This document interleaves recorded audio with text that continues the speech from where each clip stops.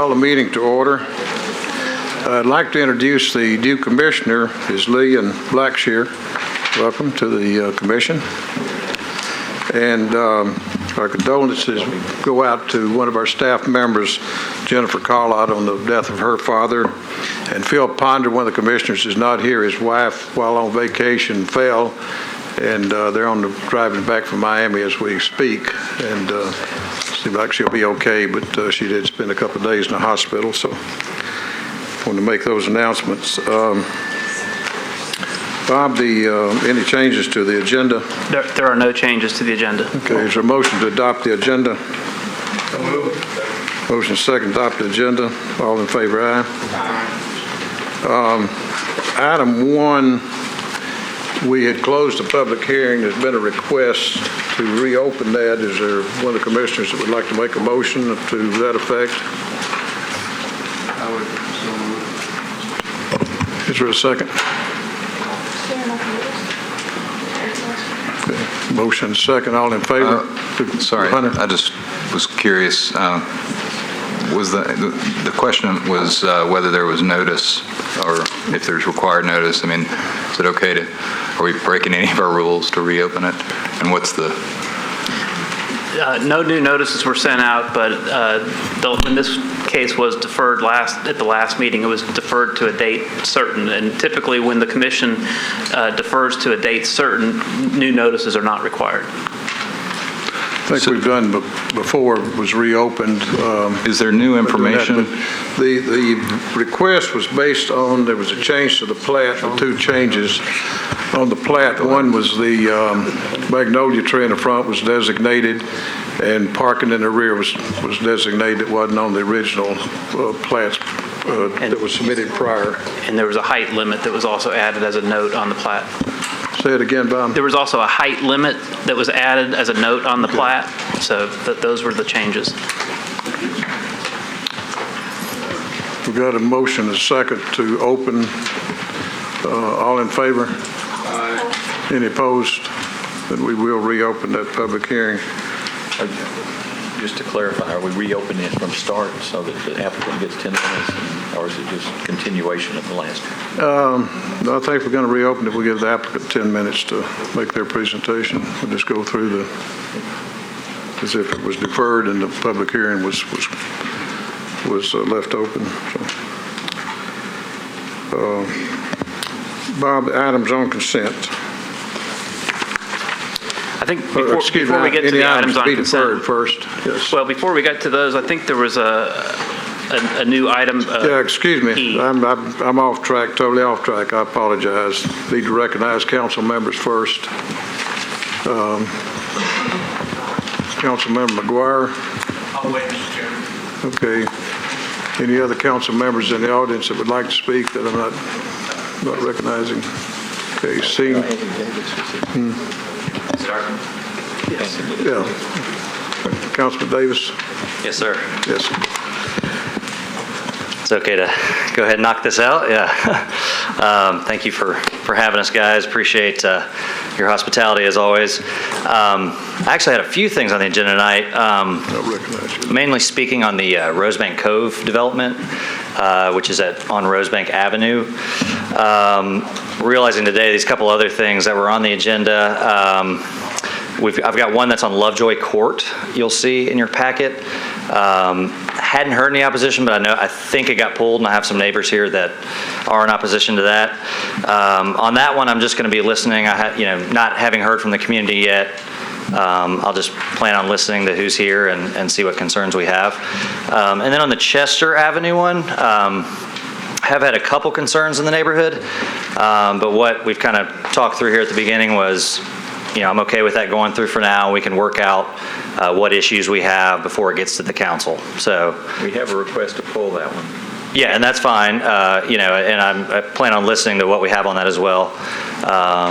And I was debating back and forth: should I defer it, or should we go forward? As of now, I'm okay to continue to work with the neighbors on that one during the process. And obviously I can just defer it at council if need be. So, if we want to stay on schedule, I'm okay with that. With Lovejoy, this is kind of the first I'm hearing about concerns, and so, I'm kind of open to y'all's guidance if it looks like we need a deferral there or what we need to do, so I'll just wait and see what we hear on that. Primarily, I want to speak to you about the Rosebank Cove. Again, thanks for having me. Where we've been so far on this one, we've done 3 community meetings. We had an initial developer presentation at Stratford, which the Corps was nice enough to join us and present their initial ideas. We had the Rosebank Neighbors meeting, which is our regular monthly meeting. And then we had a follow-up presentation just this past Monday night at Stratford in which Corps presented their revised plan. So just to kind of catch you up on where we've been. Prior to that third meeting, I got with Corps and was able to sort of share all the concerns the community had, and we were able to have a little back and forth before they presented that revised plan. So how I had the concerns listed in order of importance were, number 1, the road closure, and I'll talk through each of these here in a moment. Number 2, blasting concerns. It's a very unique, challenging site. As you'll see, it's right next to the NES property substation, and it's also very rocky. So blasting concerns. The high density, of course, the community plan amendment is it's a high density project. Tree buffers were concerned. Not only the NES tree buffers blocking, screening the NES site, but in the back of the property, there's a neighborhood up above it on a bluff, and so tree buffers and screening were concerns. Parking, traffic, kind of the usual stuff there. And then the overall Rosebank infrastructure. I'll touch on these individually. I feel their reworked plan has addressed a lot of these concerns very well, and I'll take these one at a time. First, with the road closure, I know the planning staff really wanted to see the road connected, and I totally get that just from a planning perspective, looking at the map and all that kind of stuff. And we are connecting, in a way, with a pedestrian access and a biking access. I think that should be noted. This is our chance to kind of lock this into the SP, and I'm speaking of Rose Cliff, the Rose Cliff connection, which is the right-of-way that you'll see on the map. We are able to lock down the closure in the SP, which is very important to the neighbors up the hill. They've been used to their street the way it is. I took that as the number 1 concern from the neighborhood. I think we should appreciate Corps' investment to connect the traffic with the pedestrian and biking connection, which is a nice amenity for the community as well. Next, the blasting and the density. When they presented the revised plan, and the reason I'm taking these together is they pulled the site plan in so that it was off the really heavy part of the rock. And they also eliminated a couple of units at the same time. So we were trying to answer some of the density concerns as well as pulling it in so that it was off the really heavy rock parts of this site. And I think that really helped. So there still could be some blasting, and that is still a concern. But of course, we understand there'd be pre-blast surveys and get a commitment from the developer to those neighbors, just to ensure that they'd be taken care of. Tree buffers, as I mentioned, the pulling back of the site plan also allowed for more buffering, especially on the edges and for the Rose Cliff homes. Major upgrade there, certainly helped ease some of the qualms of the neighbors. We want the old growth in the back of this site, and so I think that was a really nice plus that they ensured that we would have more buffering for the existing neighbors. And then with the NES property portion of that, NES has been very cooperative. We've had a couple meetings with them between myself, NES, and the developer. We expect they will be cooperative throughout the process, and Corps has been great about promising the side and the front screening. We feel like the side screening has to be done for the new homes going in, but the front screening is more of a neighborhood concern, and it helps us block and screen this NES site. Definite plus for us. Parking issue was definitely, as always, an issue expressed many times in these meetings. We want to ensure there's adequate parking, not spilling into Rose Bank Avenue. Remains a concern, though I feel, we've gotten approximately 2 per home, and also in the back, the 6 homes would have 2-car garages, which would help alleviate the parking as well. It's just, understand, not counted in those parking spaces. With traffic concerns, Public Works did say that this will not add traffic to Rosebank Avenue in a detrimental way. They said it would be very sustainable, I guess was their quote. To me, the damage done in opening Rosecliff would have definitely been a major traffic jolt to the Duggar Heights neighborhood, which is not used to being a cut-through. Again, back to the road closure. Another potential community amenity would be adding a stop sign and pedestrian crossing at Rose Bank and Rose Cliff. And so we'll be working on that. Corps has offered to pay for that. And, although I don't know that we have consensus on that or it hasn't been studied and all that kind of stuff, I think it would be another opportunity to slow down traffic on Rose Bank Avenue, which has been a major concern as long as I've been around. So. Finally, the overall Rosebank infrastructure, we talked about this a lot in our meetings. Very interesting discussion. We're very lacking on our sidewalks in this neighborhood. If only planning had made the developers do that in the 50s if we had our sidewalks mandatory back in the day.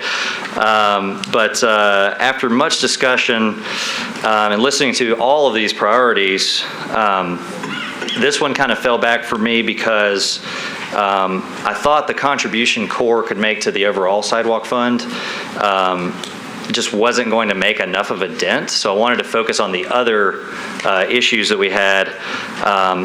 I thought we would have to allow we would allow the full number of units in order for them to make a sidewalk contribution. And to me, losing a couple, getting the density down a little bit, and also the blasting and those other things I mentioned, able to tighten up the plan, to me that was more important. So long story short, that's why I just didn't think that, letting them do as many units as possible and then trying to get money into the sidewalk fund just didn't seem like the right solution to me.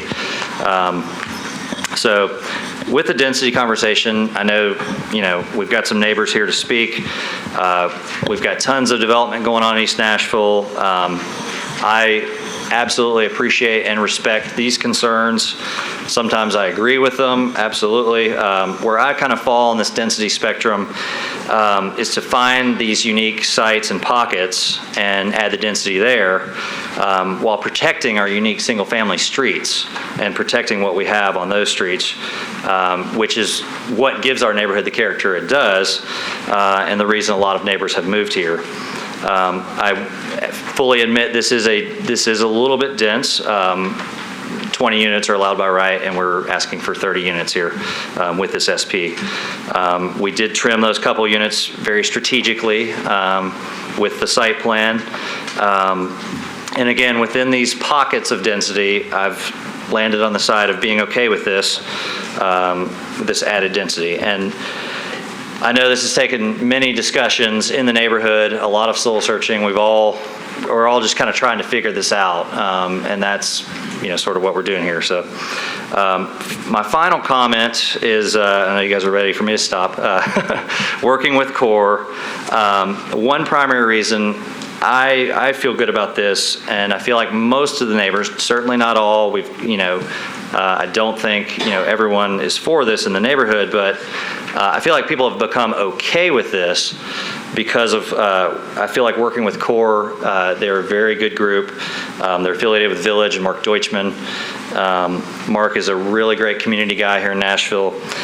He does things the right way, and I think those of us that are okay with this going forward sort of arrived at the conclusion that we can feel secure with the way that it's going to be built and with how the neighborhood is going to get done, and we would get a solid product. So with that, I am supporting their revised plan. I feel like locking down the road closure is very important for us. That absolutely must be in there with what comes to council. The NES buffering for the neighbors, the possible stop sign. And again, while there is a little bit of added density, we know we're getting a solid developer bringing us a good product to Rosebank and East Nashville. Thank you. Thank you, Councilman. Any other councilman in the audience that would like to speak at this time? Okay, seeing none, before we go to the items on deferral, I'm going to ask Rick if he'd give us an update on Nashville Next. Before we do that, we need to approve the minutes. Right. So we missed that. Stuart, you want to run this show today? You're doing a great job. Okay. I need approval of the January 23rd, 2014 minutes. If there's any additions or corrections, need to know at this time. Motion second to approve the minutes of January 23rd, 2014. All in favor? Aye. Any opposed? Those minutes are now official. Now you can make the presentation. Yeah, okay. Commissioners, we're transitioning in the Nashville Next project. As you know, we're well over a year into this, and we've got about a year and a half or so to go. Maybe not quite that much, but we're transitioning between phases 1 and 3. Phases 1 and 3 were the process where we basically solicited a lot of background information and priorities and all that. We're moving into phases 4 and 5, which will be the opportunity to discuss plan options and policy options and all that. We're kind of changing it. And so I felt like it was important for us at the beginning of your Planning Commission meeting to take no longer than 10 minutes each time to kind of bring an issue that will be here for you. I think it's the most effective way. Hopefully, we'll play that out by ear. And so I've asked Greg to just kind of start that today, which he's going to kind of bring you up to speed from our last meeting, and then set the stage for the next meeting where we'll talk a little bit about scenarios. So, Greg? Good afternoon, Commissioners. Greg Claxton with the Planning Department. Like Rick said, what I'm going to try to do is walk through what we've been doing with Nashville Next since we gave you your last update, which I think your last full formal update was about a year ago, February 2013. We've been doing a wide range of activities since then, and I'm mostly trying to catch you up today. All right. As Rick said, we've got kind of a 3 to 5 phase process, depending on how you count. We had 3 rounds of public input this past year, doing a lot of visioning, figuring out what the community wants for the future of Nashville. That's what I'm going to focus on today. And then next time we'll talk about what we're working on right now with the alternatives and some policies. I'm going to focus on what we've been doing with the public, but you should know we've got a very vast and intricate and meeting-intensive internal process as well. We have 7 plan elements that we'll be looking at throughout the entire plan. Each one of those has a resource team composed of planning staff, department staff, community members, those sorts of folks. So far, we've had 26 meetings with those teams over the past year. We also have an active engagement committee that helps us stay engaged with all parts of the county. And then we have a steering committee that we meet with monthly to oversee, kind of keep us on track, make sure we're doing the plan as we need to be. So when we talked to you last time, we had just kicked off the process. We went into our first round of what we called blue sky visioning, asking the public what they wanted for Nashville's future, what they love about Nashville now, what they want improved. We did that alongside a series of national speakers. We had 6 then. We followed up with a couple more later in the year, where we had more than 1,000 people attend those, talking about cutting-edge planning ideas from across the country, as well as some research about Nashville in particular. We've also, throughout the past year, gone out to as many community meetings as we can, doing a thing that we call Book a Planner, where we go out, educate people about some of the trends that we're concerned about, that we've heard the community concerned about, tell them what we're doing with the plan, and then take their input. We've done about 90 of those so far, again, in the past year. Because we know that not everybody comes to meetings, we've also gone out to community events, just fairs, festivals, that kind of thing. We've done about 50 of those, and whenever we do one of those, we try to gather input as well. Through the first round, about 4 or 5 months of input, we gathered 8,000 ideas that people had for the future. We try to consolidate those down to 180 categories of things. And then we whittled those down even further to about 34 key ideas that seem to be coming up over and over and over again from the public.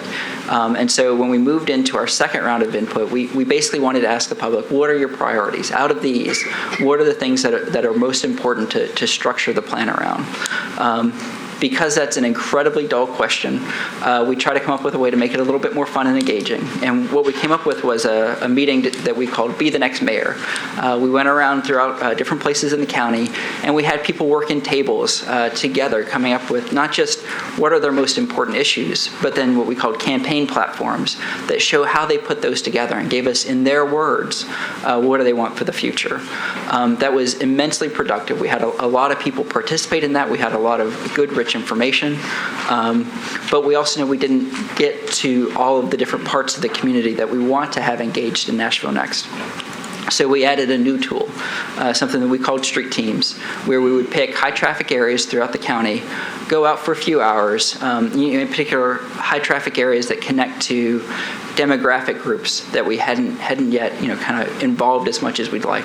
We did surveying there. We got a lot of great information there as well on those 34 priorities.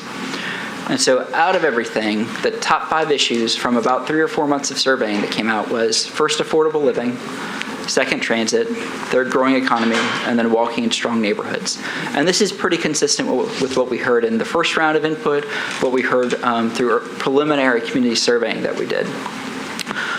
We worked with our steering committee to develop a set of guiding principles, something to structure the rest of the plan around. We had 3 assumptions, though, on the Right. the Sure. priorities. Yeah, mention those. Yeah, Right. They were givens. So there were 3 givens that we had heard so much overwhelming support for, and kind of so core to what the plan does, that we wanted to get people past those into the other things. And those were efficient government, which is really what the plan is designed to be, safety, and education. So we took all of that, these issues, those 3, everything that we'd heard from the public so far, and worked with our steering committee to develop a set of guiding principles that are going to, intended to capture what the public wants for the future and shape the rest of the plan.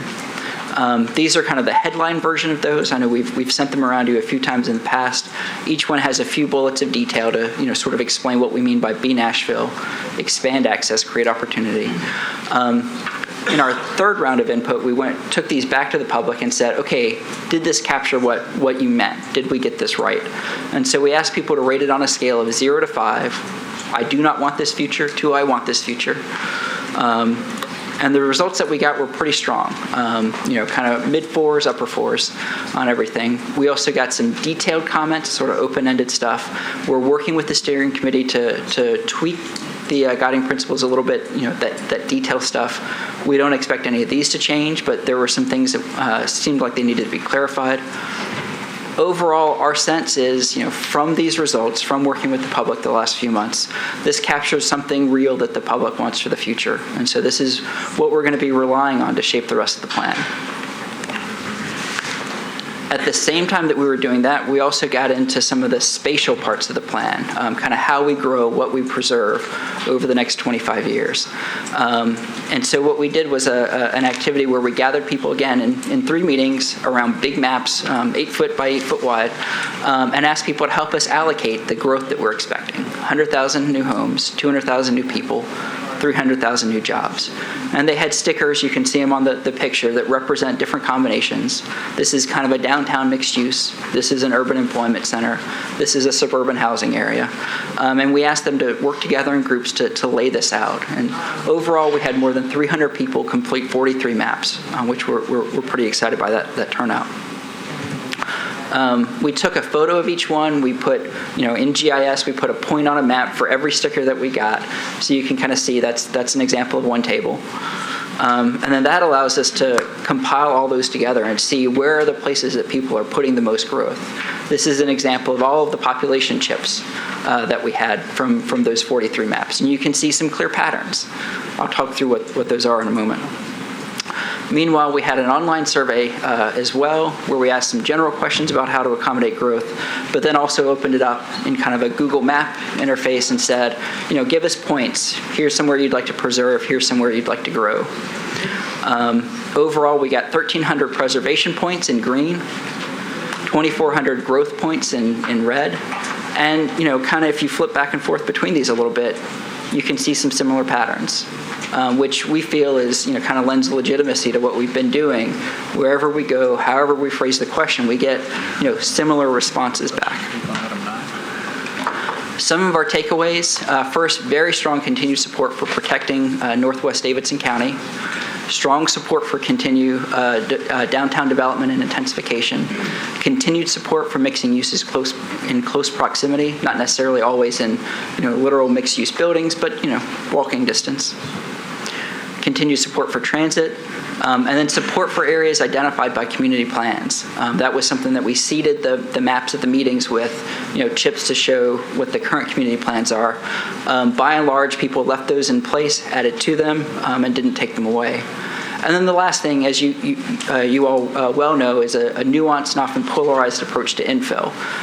Some tables placed no infill, some did all of their population through infill, and here I mean residential infill in existing neighborhoods.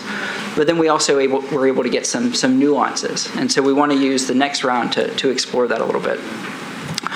All told, across all of the rounds of public input that we've had so far, we've got 10,000 participants.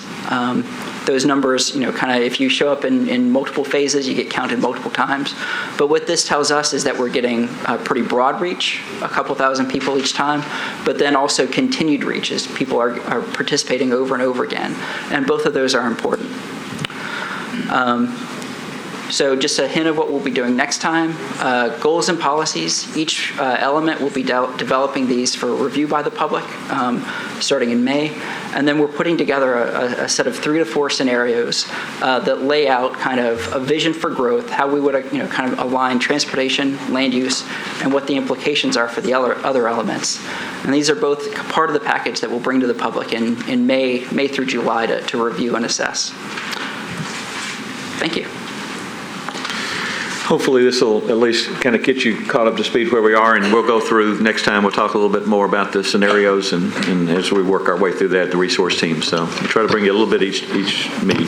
One thing I'd like to say, just to remind everybody, when we saw that slide of the speakers, there were 8 speakers, and the other part that he did mention that they were talking about, he said cutting edge, but it was driving trends in the whole country that are things that are happening anyway, that are happening here, whether we know it or like it or not.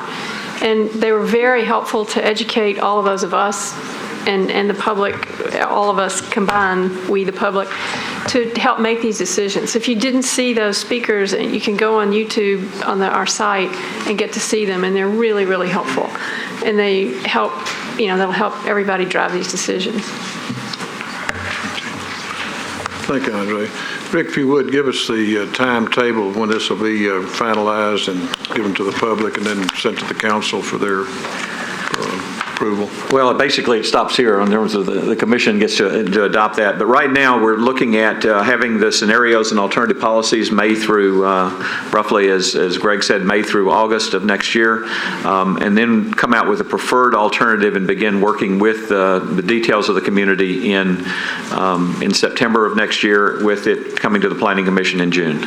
So. Okay, Bob, I guess we're ready for items to be deferred or withdrawn. Yes, there are 3 items to be deferred. First item is item number 3, the Ashton Park SP rezoning.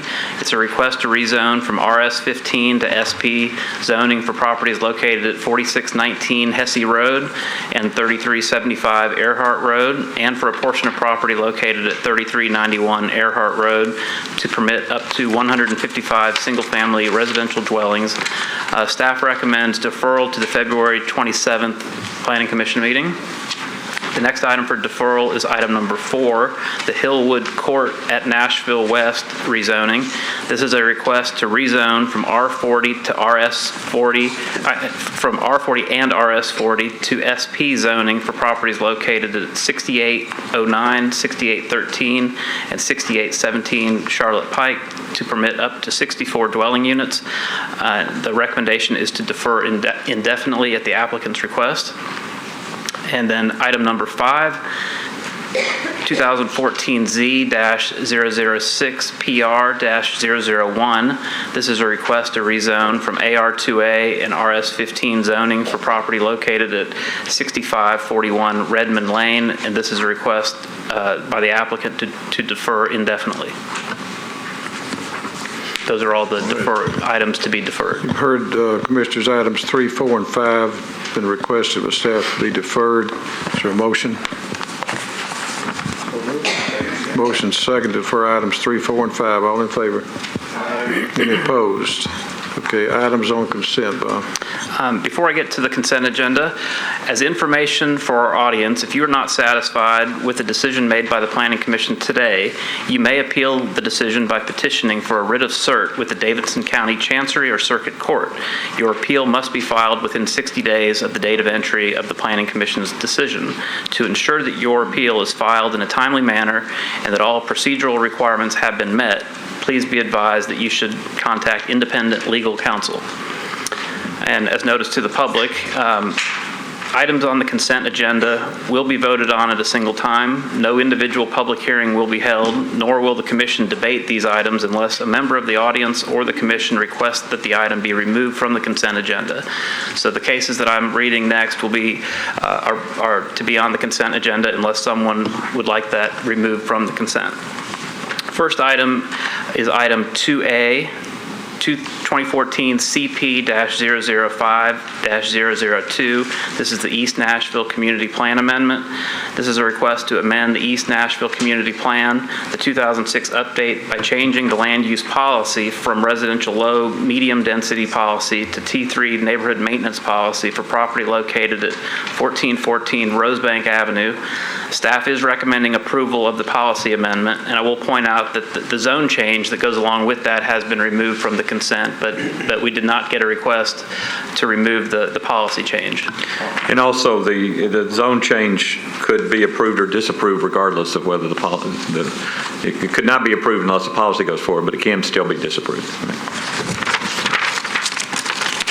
Next item on the consent agenda is item number 6, 2012 NL-001-002 on page 6 of the agenda.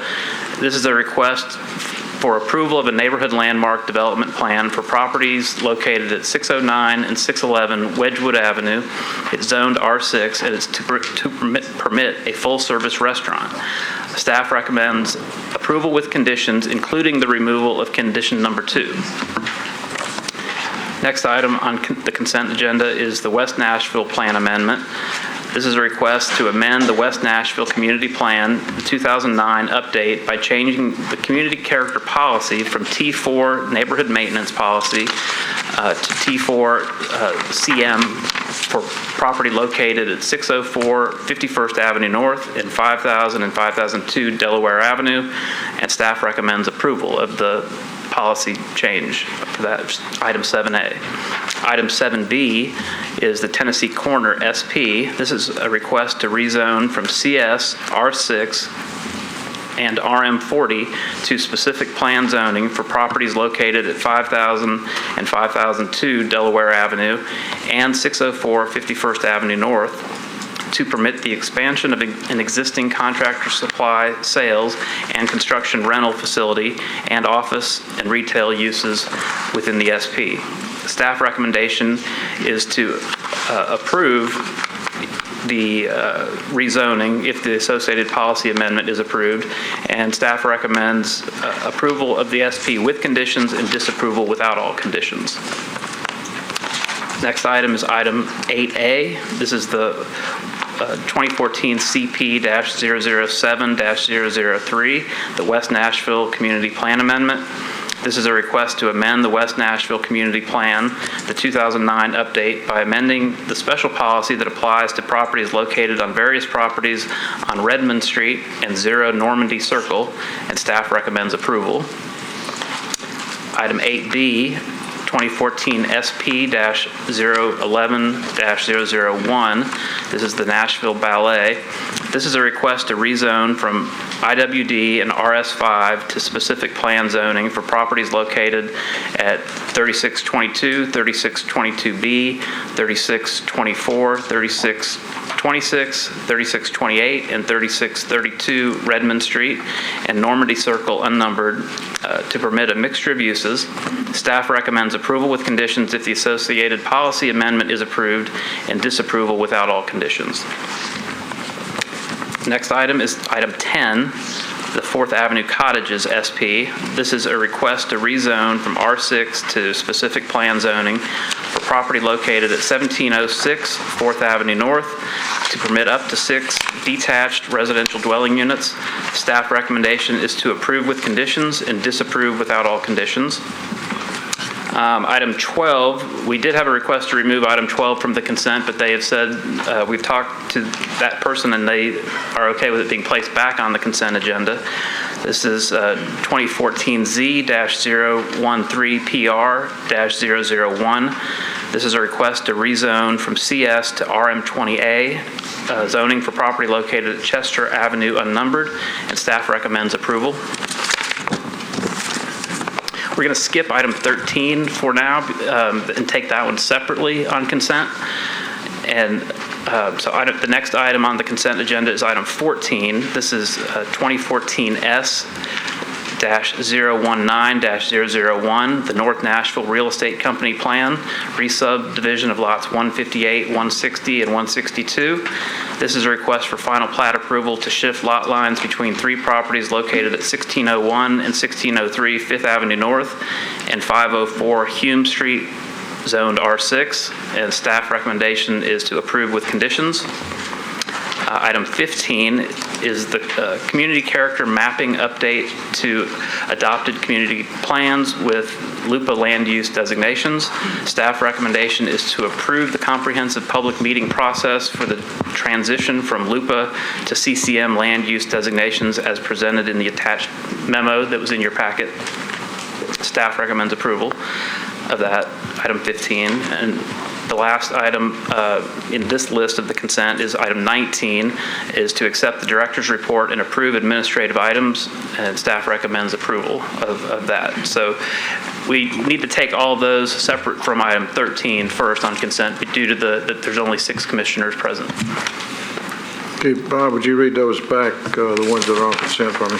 On consent would be 2A, the East Nashville Community Plan Amendment, 6, 7A, 7B, 8A, 8B, 10, 12, 14, 15, and 19. Okay, Commissioners, you've heard the items that have been, you have a question, Hunter? I do. I have a question about number 6.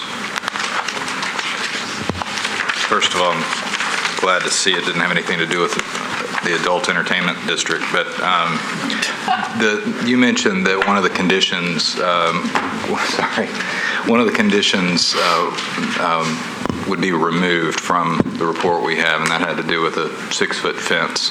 Right. Can you just give a brief explanation? We've gone back out to the site and looked at, there is a row of trees there, and the condition required a fence be put in, but if the fence were to be put in, it would have required removal of some of those trees. And after looking at it, we felt like the existing trees could serve as the buffer, and it would be better to have those trees remain than to try to squeeze in a fence and remove those trees. So that was the reason that commission was removed. I just wanted that to be clear to anyone that was here that might have an interest in the project. Thanks. Okay. You've heard the items from the staff to request be on consent. All in favor? Or is it? Let me go back. Item 13 would take it separately. Okay. Okay. All in favor of those items on consent, aye. Any opposed? Okay. Now we need to go back to item 13. Right. Then the last item on consent is item 13, 84-87P-001, crossings at Hickory Hollow. This is a request to revise the preliminary plan and for final site plan approval for a portion of the crossings at Hickory Hollow Commercial Planned Unit Development Overlay District on a portion of properties located at 5501 Crossings Circle and Crossings Boulevard unnumbered to permit 244 parking spaces. Staff recommends approval with conditions. Okay, there's a motion or request for item 13. I believe one of the commissioners has a conflict. Right. I would like to recuse myself from voting on that item. Okay, let the record show that she's reclused herself.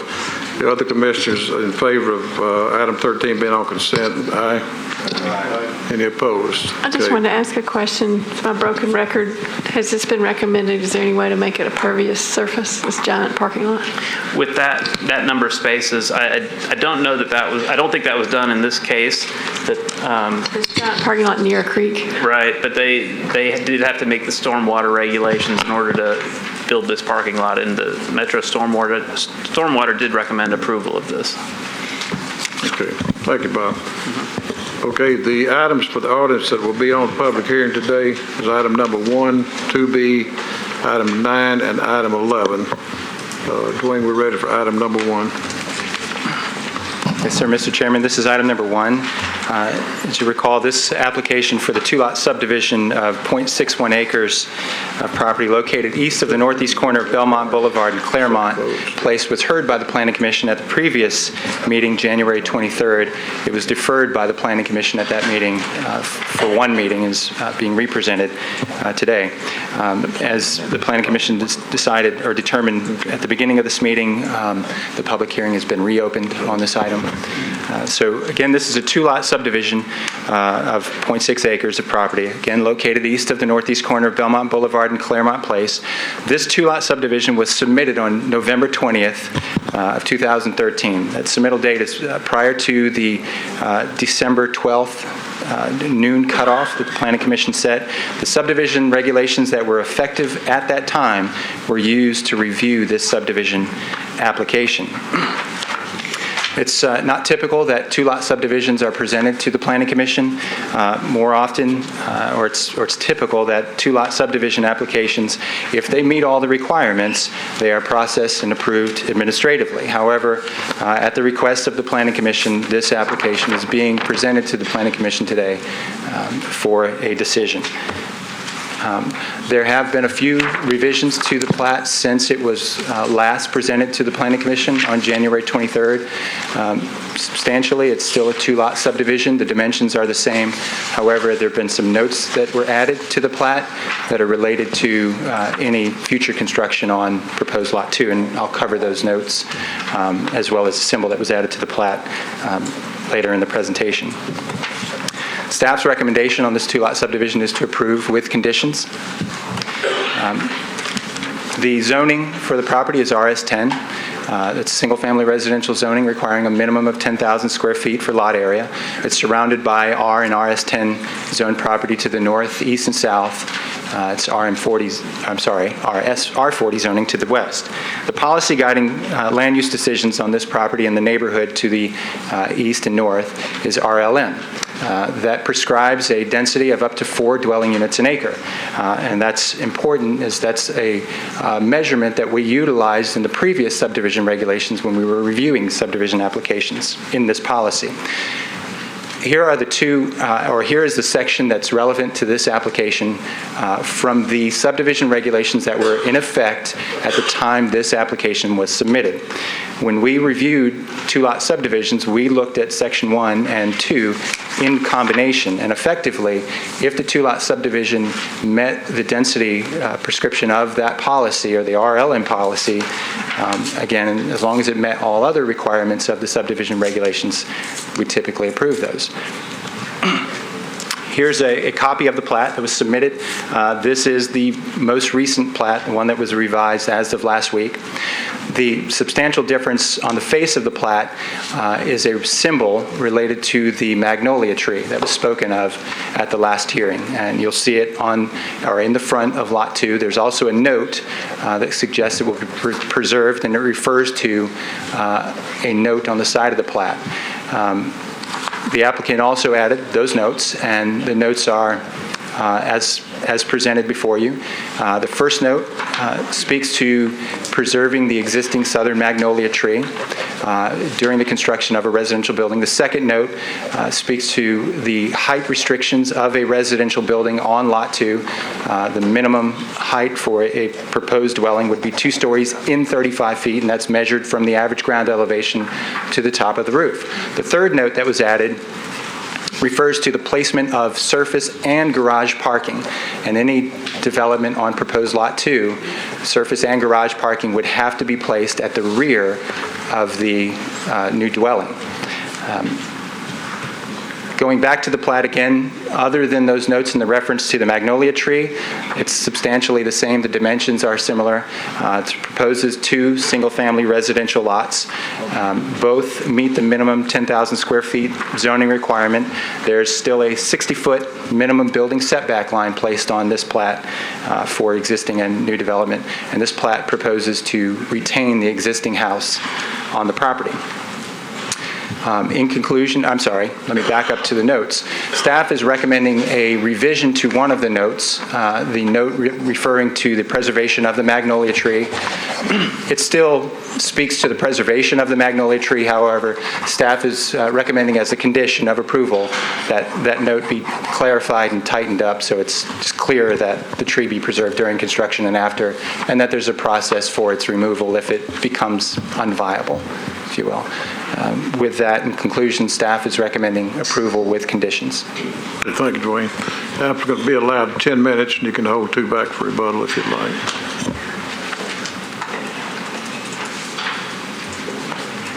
Good evening, members of the Planning Commission. My name is Greg Terry. I'm with James Terry & Associates. I'm the applicant on this subdivision. I've been a land surveyor since 2003 and have done several dozen of what the staff reviewer, Dwayne, said a 2-lot subdivision plat. When I originally started working on this plat was October the 11th. And being a 2-lot at that time, it met all the requirements of the subdivision regulations that were in place. When I prepared it, I went through, just like I always have to, get the Metro Water and Sewer Availability Letter and get an NES approved copy of this subdivision plat. Once I had those 2 in my hand, I then submitted a plat to the Planning Commission on November the 20th, 2013. So I stand here tonight seeking approval of this 2-lot plat and to answer any questions that any of you may have. Thank you. Mr. Chairman, members of the Commission, Sean Henry, 315 Dedrick Street. I feel like Groundhog Day here before you. You've heard from the surveyor who's responded to a letter that you received from the opposition alleging that there were multiple final plats submitted to you. That's not the case, as you just heard. There's only been one final plat submitted from the very beginning. There have been necessary revisions to it at the request of Metro officials, and most recently the input that was received at the public hearing at the last meeting, whereby my client has voluntarily added some limitations, some stipulations to address the concerns that have been raised. This is a partition of property as it's defined in your subdivision regulations. I supplied you with a letter yesterday, late in the day yesterday, but I attached a flow chart that's on the Planning Department's website describing very simply the process that you go through in order to obtain final plat approval. A partition on an existing street with no new infrastructure and no more than 2 lots is reviewed as a final plat. You proceed immediately to the final plat stage, and administrative approval for 2 lots or less, which meets requirements of subdivision regulations, is administratively approved. That's your process. In your rules and procedures of the Planning Commission, which you adopted in 2005, the provision for administrative approval of final plat states that following input from affected departments and agencies, the executive director is authorized to act on behalf of the commission to approve any partition of land as defined in the subdivision regulations. Such approval by the director shall be memorialized in a letter from the director to the applicant. That's exactly what we received on December 31st, a memorializing letter signifying the administrative approval from the deputy director. I've handed out in front of you 4 pages, which is the action taken by this Planning Commission on December 12 pertaining to 5 infill subdivisions.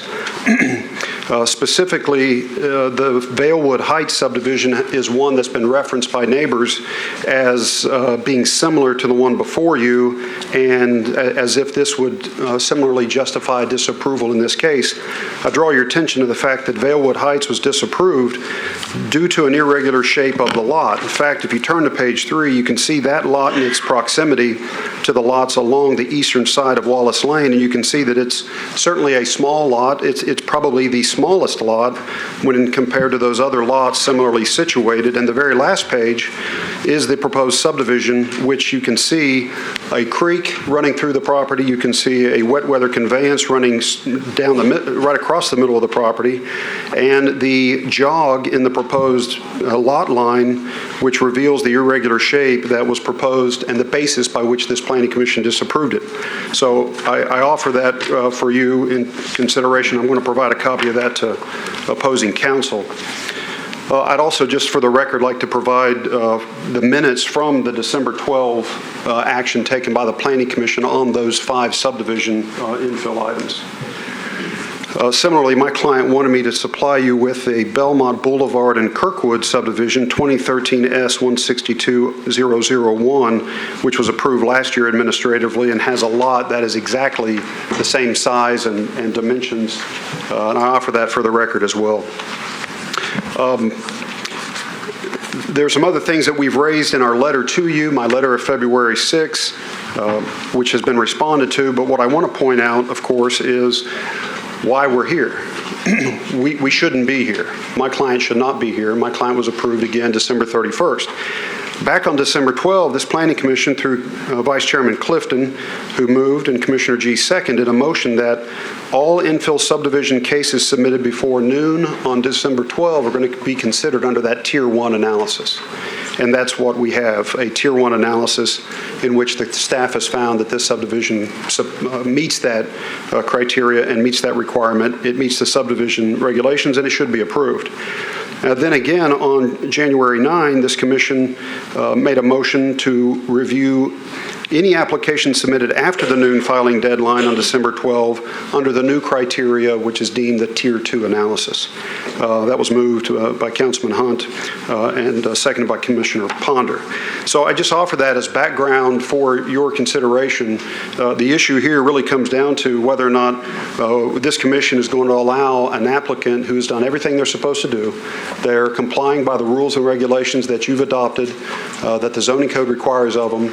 They submit it in accordance with those provisions, and then somewhere in the process they're jerked out of line and they're now being treated differently. And not only do we think that's wrong inherently, it's unfair, and we think it's a valid question of fundamental fairness that this Planning Commission should approve it on that basis alone. Regarding the concerns of comparability, again, we've supplied you with other examples that have been approved administratively and approved as recent as December 12 by this commission under a comparable analysis. We supplied you with a density study back on January 23. And we've now offered stipulations which are not revisions to the lot itself. They're simply 3 notes added to the side of the plat, which is saying we're going to address some of those concerns that the public has commented on. We're going to limit the height to 2 stories. We're going to park cars in the back, and we're going to save a valuable tree in the front yard. And in addition, early on, my client agreed to establish a setback of 60 feet that's 20 feet beyond what the zoning code requires. So my client, again, has done everything necessary to obtain your approval. We thank you. Thank you. Okay, you have 2 minutes for rebuttal. Thank you. Is anyone in the audience wishing to speak in support?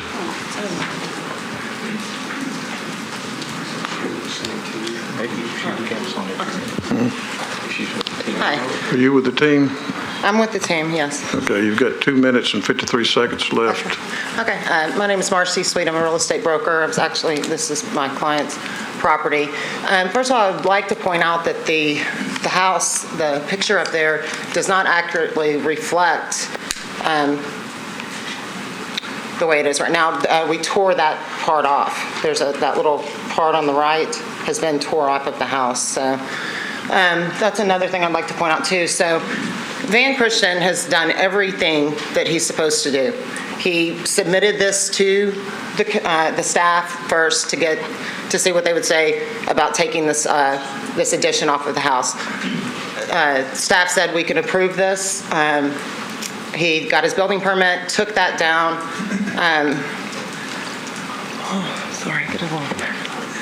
He tore the house down. Then we got the survey. We've done everything that we're supposed to do, filed that, and then here we are today.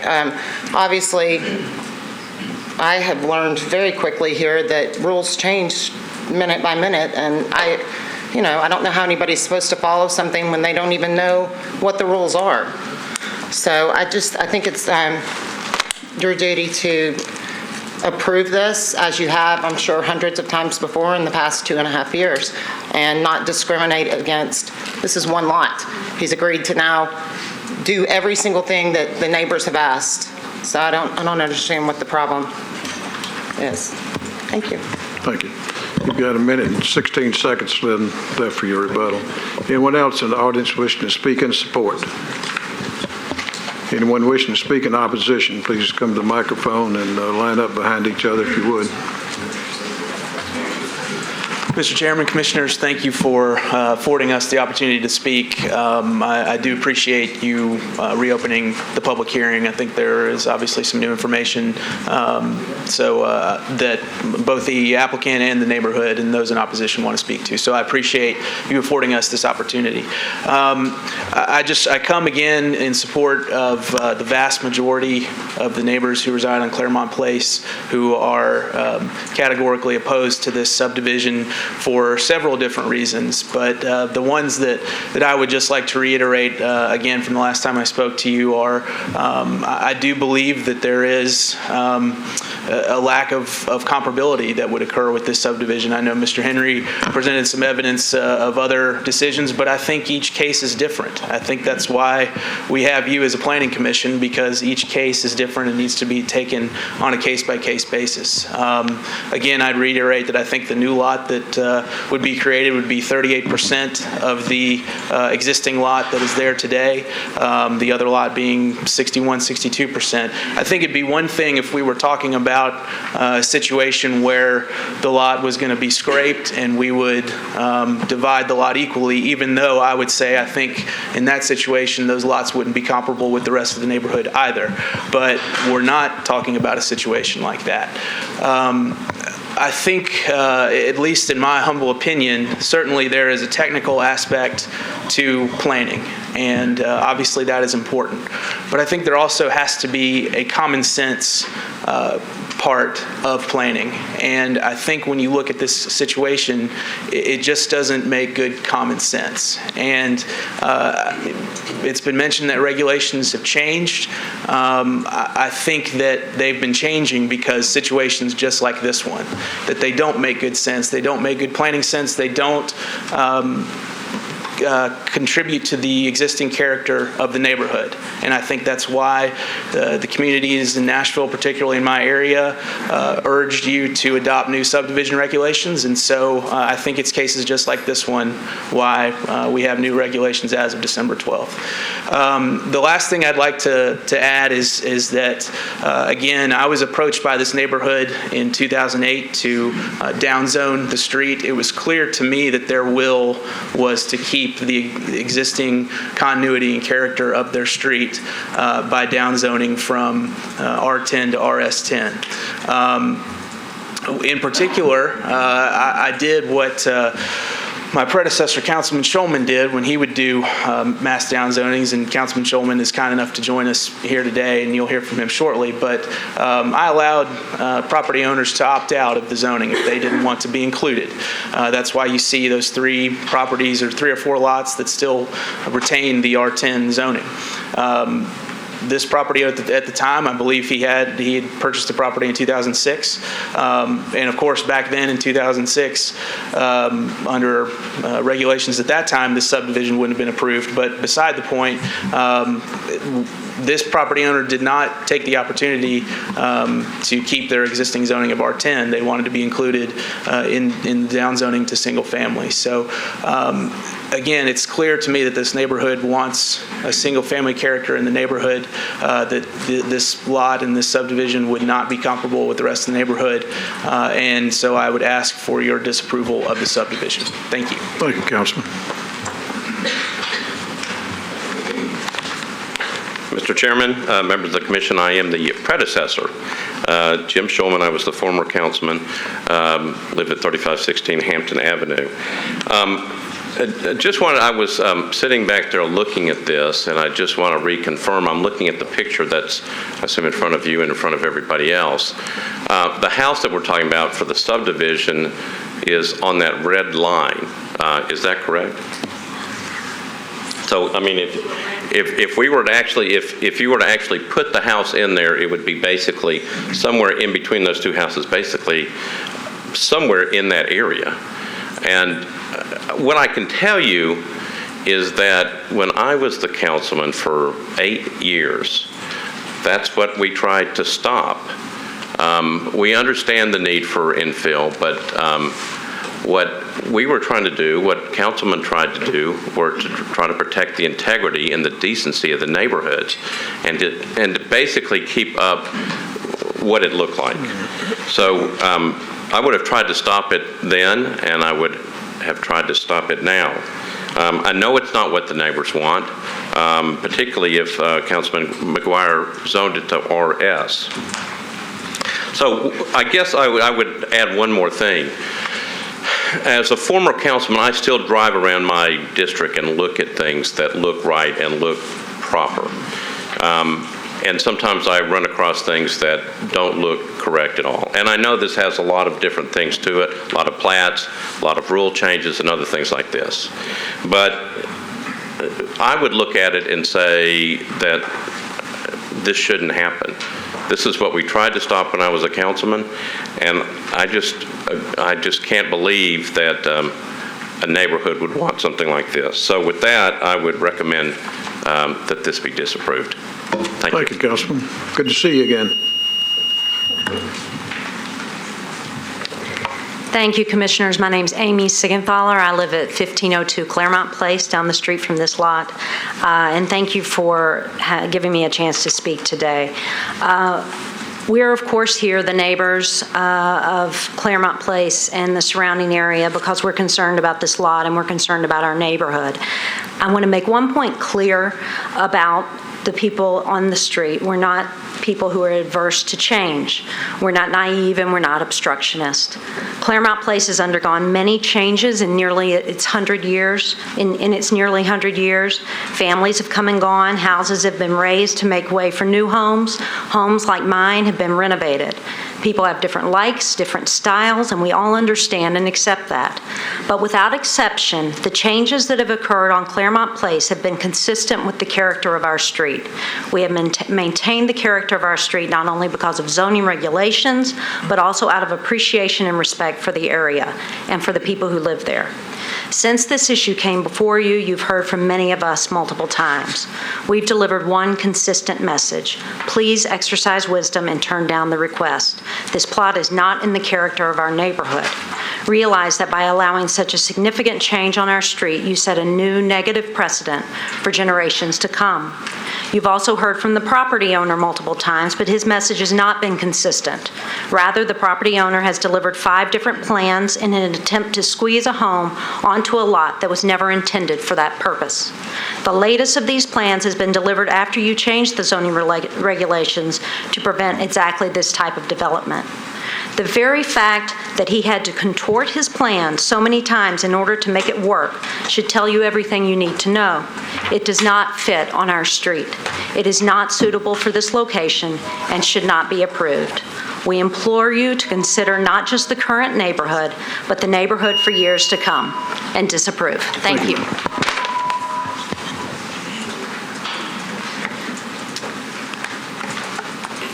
Hello, I'm Barbara Nicholson at 1508 Claremont. There's my house.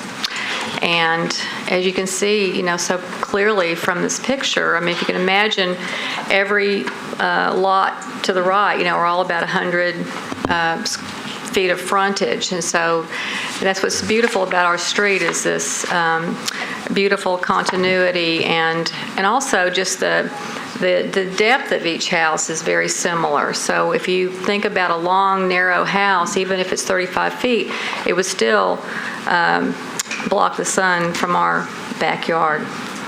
So you've seen the petition from our neighborhood. A lot of our neighbors are here today. 30 of our homeowners on this very small street signed this petition, agreeing with Amy, agreeing with all the testimony that we had at the last commission meeting, that we are begging you, please, to save the character, the beauty of our almost 100-year-old street. My house is over 80 years old. When I met Mrs. Key, who lived next door, she was the lady that built the house in the 40s, planted everything so carefully. There was just such a beauty and continuity from the elders of our street to the very young families that live there now with the young children. They all want to stay there forever and preserve this part of our history, in a way, of our community. And this is why people love Green Hills. You know, they love the trees, they love the continuity, and we want to pass this down to future generations. So please consider this. Thank you. Thank you, ma'am. Mr. Chairman, members of the commission, my name is Bill Purcell, and it is very clear that this commission, by its policies recently adopted, does not approve this subdivision or subdivisions like this. Equally clear, no commission before this one approved this kind of subdivision as a matter of policy. Those policies being clear, it was also obvious at the last hearing that each member of the commission was concerned about the legal basis for doing the right thing in this case. That was the issue, not that you thought this subdivision was appropriate for this street or for this neighborhood, because by your actions, you've already said it's not, and it never will be anywhere else in the city of Nashville. The question is what to do with something that falls within this particular time period. We've submitted those legal answers to you, and there is abundant legal authority within this case to deny this application. But specifically, looking at the rules that were in place previously, during the time we worked together, during the time in the interim, or in the current time, applying any portion of those three sets of rules, this subdivision should be denied, and the best place to look is precisely where the applicant has suggested you should look. To that case involving Vailwood, it's a specific case. You made an analysis. The staff recommended it, applying the interpretation that is being applied here. You looked at that staff recommendation, you looked at those facts, and you found it irregular. You found it odd. You found it didn't fit. You found that it was not comparable, and you denied that application. That's the precedent under the interim period. It's the precedent that allows you to do the right thing. A magnolia tree is not forever. Even these notes on a plat are not forever. But what is forever is a neighborhood that's loved and cared for and protected, and a city that's loved and cared for and protected. And that's why this is in your hands. It's not a political decision. It doesn't go to the Metro Council. It's not a legislative decision. It's only yours. Only you can protect this neighborhood, and we ask you to do that. Thank you. Anyone else wishing to speak in opposition? Seeing none, if you'd like to rebut, you've got a minute and 16 seconds. Quickly, Mr. Chairman, my biggest concern after hearing the comments from prior speakers is if this Planning Commission is going to make a decision here today based on this aerial photograph, you have the wrong information in front of you. You deserve to see the correct aerial photo. That little appendage on the house that's shown there, as you've heard from the applicant's representative, does not exist. That was removed. So the idea that somehow a new house is going to squeeze in between those two structures and that photo is completely erroneous, is completely inaccurate. So I'm cautioning you here that this aerial photo should not be relied upon for your decision here today. And if you're so moved by this aerial photo, you should, my client would want to defer a decision here today so that you have proper information in front of you. We'll get a correct aerial photo, and you'll see exactly how a new structure can fit within these two existing properties. So finally, I would just reiterate, you've got multiple examples of where this commission has acted on similar cases. This case of that was just referenced, this Vailwood Heights case, couldn't be any more different than what you have in front of you today, period. It was an irregular shaped lot, that's why you disapproved it. Okay. What you have here is something that complies. Thank you. Thank you. Is there a motion to close the public hearing? Motion second, close the public hearing. All in favor, aye. Any opposed? Start with Andre. Do you want to start with our new commissioner? I'm kidding. First, I want to ask all the commissioners that are present today, either was at the meeting previously when this was heard or you watched the video. Okay. That's probably not necessary to ask that since we had a presentation, but that was in the notes, so noted. Then we had a public hearing. Well, I mean, I'm recalling what we talked about the last time and how we felt. One of the angles that we talked about was that there are places when we all are talking about infill and we're supporting infill and pushing it, and this general area has had a lot of infill and has other opportunity for infill. And then we talked about balancing that with neighborhoods that are existing and able to be protected, at least in the near term. So with that in mind, I want to hear what the rest of the commissioners say. Greg? Are you planning to take part? You were here last time. He was here last time. I mean, I'll be glad to not take part, but I think I mean, no disrespect. I would like to We ask. just had 45 minutes of new discussion. Well, I'll ask. I don't want to do anything that I'm not supposed to. I apologize for not being here. I had a meeting with the governor so that I could miss. I apologize, but I'll ask legal counsel if I'm allowed to participate, and if not, that's perfectly fine. That's a good question. And it just... You can skip me and we'll figure it out, and we'll go to next one, Mr. Chairman. My initial thought was that you could participate because you were here at the last meeting when everything was discussed. Let me think about that and get back with you. Stuart? I didn't mean that as any disrespect. I just assumed that since we had reopened the hearing, which I'm not sure you knew that we reopened the hearing. Yes, fellow commissioner. And so we just had testimony and comments and have materials. But, you need to vote the right way if you're going to participate. I really think that this really is a classic case of where there isn't a wrong or right. I can understand how the owner of this property, the California family that owns this, is wondering about this. They knew that other people had gotten approved. They knew that we had changed the rules going forward and had instructed the staff for their part in the interim to go ahead on a very split vote and look at cases on a staff level with that unique situation we had where we were not allowed to consider anything but zoning and plan, where we had thrown out all comparability for a matter of a couple of years. So I can see how they were surprised that this was a big deal. But I think we have a unique situation where the broad purpose of looking at subdivisions is this going to make for harmonious development? That's the rule.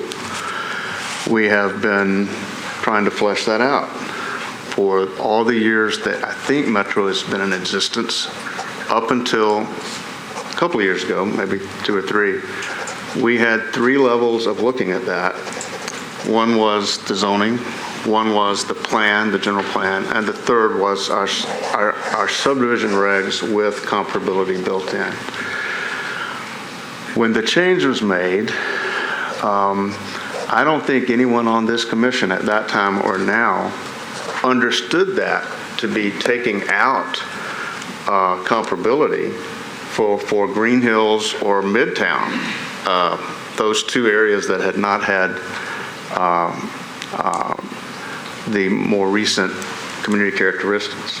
I think we all assumed the staff was making decisions on subdivisions with some attention to comparability.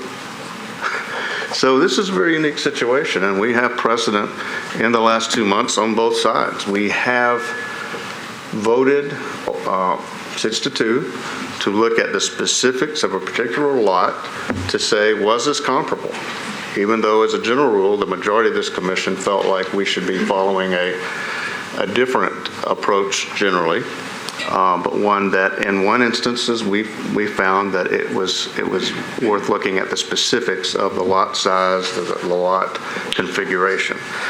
So what we have here is, and I don't think anybody thought that they were looking at, and we know that that was a garage or whatever, that's gone. I think that what we're looking at here is a street that is very regular, all the way up and down. I've been down it in the last week again. And looking at where putting a house in between other structures, what that would look like. I think what we're looking at is a split lot, which is very different than most subdivisions we've looked at. It's basically 1/3 and 2/3. We don't do that very often.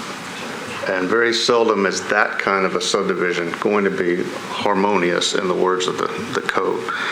So I'm fairly convinced by the common sense of looking at it, by the general language of our code, by our past practices since 1963, when we became Metro, that we're not a commission that wants to, in the face of those kind of facts, approve a subdivision that does not meet any sort of reasonable definition of comparability. And that's where I am on it. Thank you. Hunter?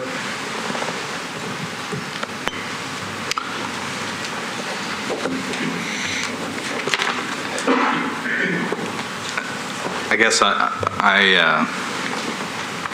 think there is a right here. I mean, I think this isn't a question of there's not a wrong answer, because we have rules and we have instructed our staff to interpret those rules in a certain way. And as I said last time, I don't necessarily like this, but we're not being asked if we like it or not. That's not part of our rules. It's not in the subdivision regulations.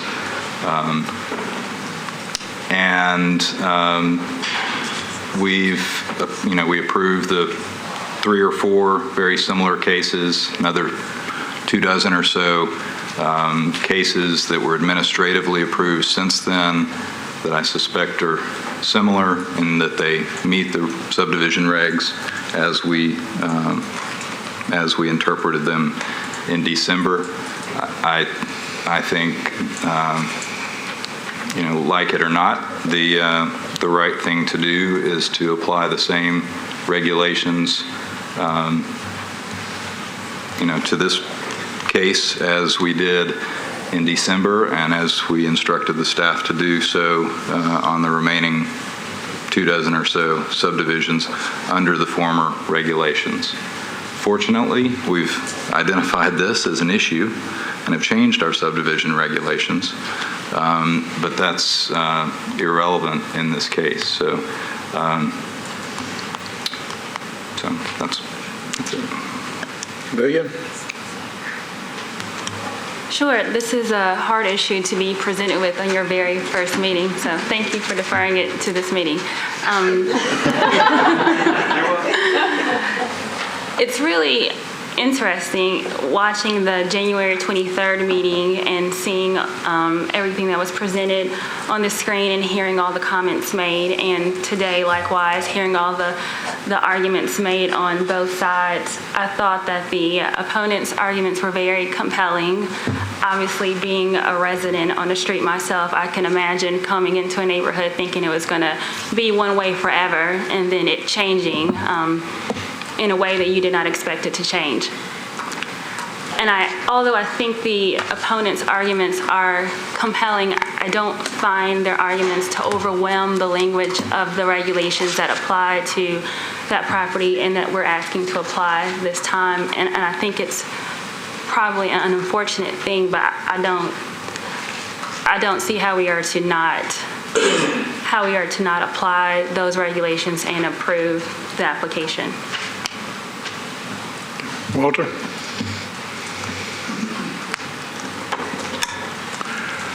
Thank you. I was listening to both meetings, and I think I heard something a few minutes ago that was very interesting, and that is that we should be applying the same regs as was instructed by the staff, because after reading it and looking at it, I had some doubt myself looking at the many different decisions and the meetings we had. So I think it serves to confuse, to some degree, there's confusion. But I think to straighten that out and keep from confusing a lot of people, I think we just need to be consistent and apply the same regs that we did previously and at the same regs that was instructed by the staff to use. So that's pretty much what I am. I want to stay consistent.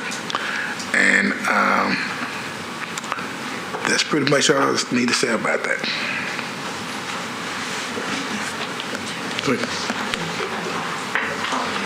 You made the decision for us? I think I do have some advice to render. I'll leave the decision making up to you all. But this is a very unique situation procedurally. And the reason it's unique is because we have a commissioner that heard part of the testimony and did not hear part of the testimony. So I physically had to go back and look to see what time he came in to see what he heard, and us all having been here, having heard the testimony as well. One of the reasons that the public hearing was reopened was because there were 3 items that were not discussed previously because they were added in response to some of the comments, as I understand it, that were made at the previous hearing. And it appears that factually Mr. Atkins was present when any comments with regard to those 3 items were actually made. So he heard the testimony of the last 3 individuals that spoke, one at least of which we know did mention those 3 items. That being said, it would be our opinion that Mr. Atkins is eligible to be in a part of the discussion and to vote today. Sure. Would you like to speak? Well, I want to ask one last question. Has Metro changed the legal stance since the last meeting on this particular issue, or are we in the same posture? I think that's the one clarification that, for me, is that I need to hear. And with regard to the 1-tier versus the 2-tier and when the timing of that, no, we have not changed our posture. Okay. And I also have reviewed the video. Okay. Well, I think for that matter, I mean, I don't disagree with what the opponents are saying, and it is quite compelling. But when you're looking at rules, the rules are there to be followed, and legal counsel, our lawyer for the commission, is advising us, and I just can't see a reason to not follow that advice. I think it would be, it's my fiduciary duty to follow that advice. So unfortunately, I had to vote for the ones. I think we've rectified the situation, and we do look at comparability. But under that old rule, it's hard for me to vote with the opponents. And I think that it could also lead to great legal challenge for Metro. So the applicants could potentially sue, which obviously that we run the risk of that every day in every decision that we make. But I believe that I'm following legal advice, and I don't want to vote that way, but I feel like I'm compelled to vote with the staff's recommendation. Any other comments? Is there a motion?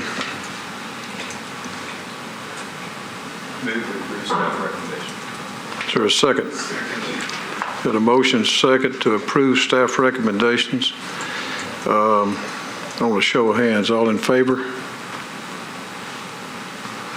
All opposed? Motion carries. We're now ready for item 2B.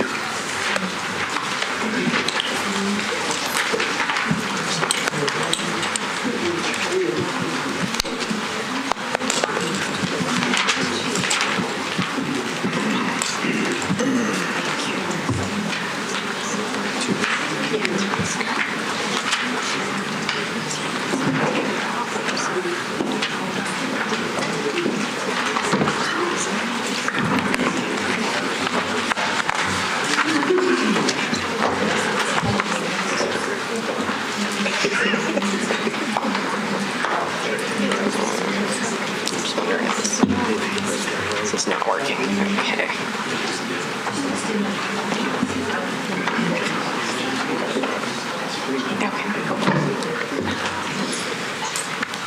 Ready?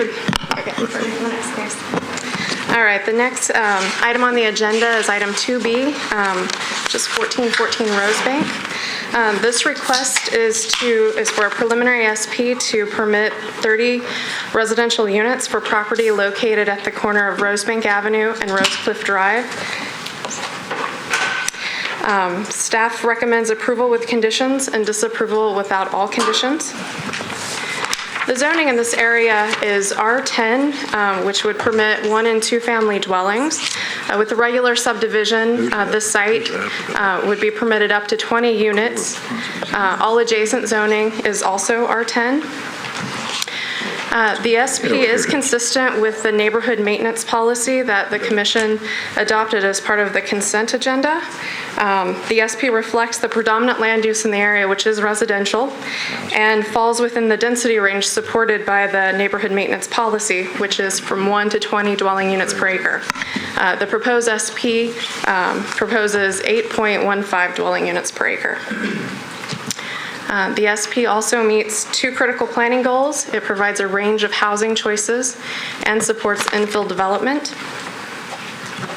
Again, the subject property is located at the northwest corner of Rosebank Avenue and Rosecliff Drive. There is the Rosebank NES substation located directly to the south across Rosecliff Drive. Rosecliff Drive does currently serve as the access to the substation and will also serve as the only entrance for the proposed development. The site has already been graded some. However, the plan proposes some additional grading, especially around the units to the north. The SP proposes 30 residential, single-family detached residential units in just over 3.5 acres. The maximum height of these units would be 2 stories and 35 feet. All units will have access to courtyards and will incorporate a stoop or front porch as well as a walk-up entrance to the courtyards. The units along Rosecliff Drive will have front facades facing that street frontage. Sidewalks are proposed along Rosecliff Drive in the portion of the site that fronts Rosebank Avenue. Also, there are interior sidewalks on the site that will connect to those. A pedestrian and bicycle access is shown connecting the site to the existing neighborhood to the west.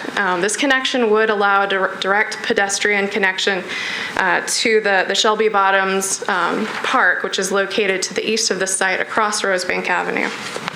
Also, there's a stormwater facility that's located right at the entrance at the corner of Rosebank and Rosecliff.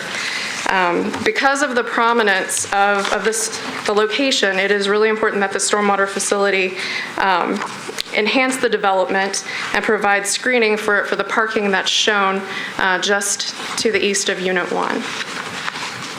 Conceptual elevations have been provided. Here are some renderings of some types of units that are proposed. Also, plans indicate that materials will be limited to brick, cast stone, cultured stone, stucco wood, and cementitious siding.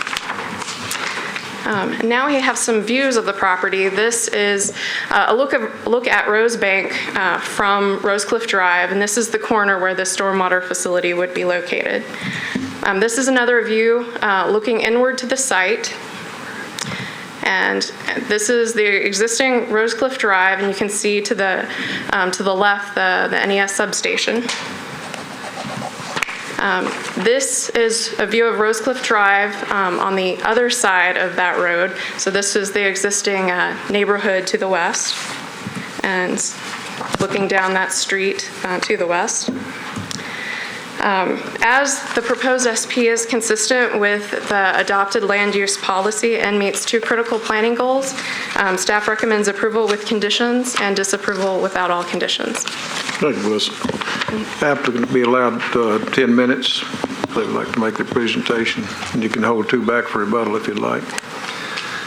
Thank you, Mr. Chairman. On behalf of Core Development, I just wanted to come here and say that we appreciate the opportunity to present this development concept to you. Over the last 10 years, Core Your name. Andrew Beard with the Court of Development. Sorry. Yeah, name and address, please. My address is 1603 North Observatory. Okay, thank you. Over the last almost 10 years, if this SP were to go forward and be approved, this would be our 6th infill cottage development. Some might call it a pocket neighborhood.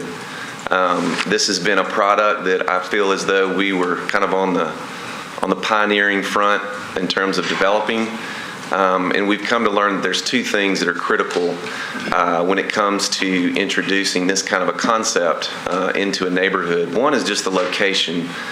We've come to find that the locations for these neighborhoods are most appropriate on the edges, in the gaps, oftentimes in transitions between density in terms of its intensity from residential to commercial, for example. And secondly, in terms of working with the community to find the sweet spot where the form and the character of the neighborhood are addressed, given the fact that you are introducing additional density into a historically single-family detached neighborhood. In the past, we have had quite a bit of success in working with communities.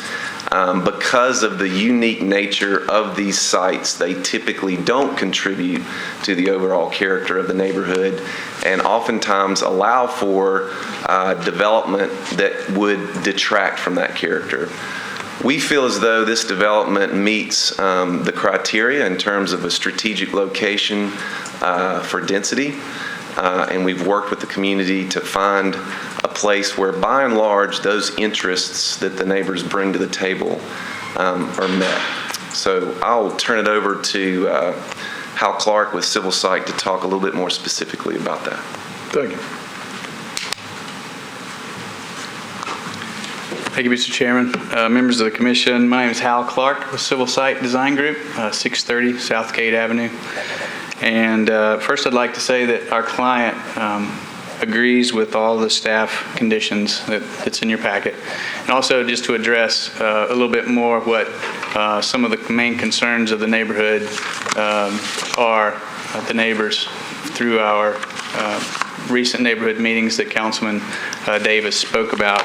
The first one was the roadway connection and the lack thereof, the support to not connect by the neighbors. And the way we've addressed that is just by modifying our plan to function without that connection, only allowing the pedestrian and the bikeway connection from Rose Cliff to the new street. Basically limiting our new road to where the existing right-of-way stops and doesn't connect to the existing Rose Cliff on the western edge. The next is the potential blasting and the site work. We listened very carefully to the neighborhood. They were very concerned about that. There's some rock up on the northern side of the site. We pulled our site plan back to compact it, actually lost 2 units, specifically in that corner to address the minimizing of that potential earthwork and the blasting. The landscape buffers was also another major concern of the neighbors. That also was addressed by pulling those units back from that property line. You can see on the site plan that we actually pulled those units back, and there's from the back units to those property lines on the north, you have anywhere between 70 and 100 feet separation between the units and those adjacent property lines. Also, working with NES on screening and buffering both the substation that's directly across the street, both from the street but also from the corner, that NES will allow us to plant and screen on their property to address that as a concern for the overall neighborhood from Rosebank. Someone mentioned parking also, and I'll end with what you'll see on the site plan. We actually show a ratio of, without the garages, some of the units actually have garages. Without those garages, we're at 2.2 parking spaces per unit. That's 65 spaces. With the garages, we actually showed 71 spaces, which is basically 2.4 spaces per unit. I'm happy to answer any questions, and I will ask you to approve the request. Thank you. Thank you.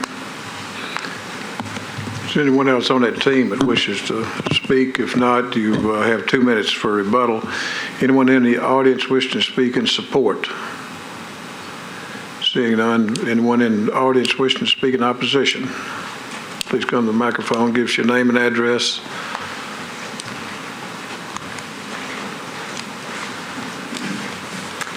Hello, my name is Karen Lax. I live at 2507 Lazenby Drive. I'm a member of Rosebank Neighbors, and I'm also a member of the zoning committee in our neighborhood association. I'm here today to voice concerns about Rosebank Cove development, and I appreciate you hearing me. There is opposition from our neighbors in regards to this development, even though it may not look like as much today. There's been a bit of disconnect on communication, I think, of what we can do as proponents or opponents of this development. For instance, our last community meeting was Monday, but we were given less than 24 hours notice to attend that meeting. I oppose this increased density as our neighborhood does not have the infrastructure to support it. There are environmental impacts to the park. Neighbors are highly concerned over this blasting. And essentially, this development is creating a neighborhood within our neighborhood. And the design of the homes and the layout it's not in line with the existing homes. You know, we're not concerned about the amount of parking as much as we are that there are parking spaces and not driveways like every other home in our neighborhood. So I hope that you recognize that we do not have the appropriate infrastructure for a development like this right now. There are many things we need to talk about as neighbors that we haven't had the opportunity to. I'm not quite sure what our options are at this point, but if you can defer it or disapprove, we would greatly appreciate that. Thank you for hearing me. Thank you.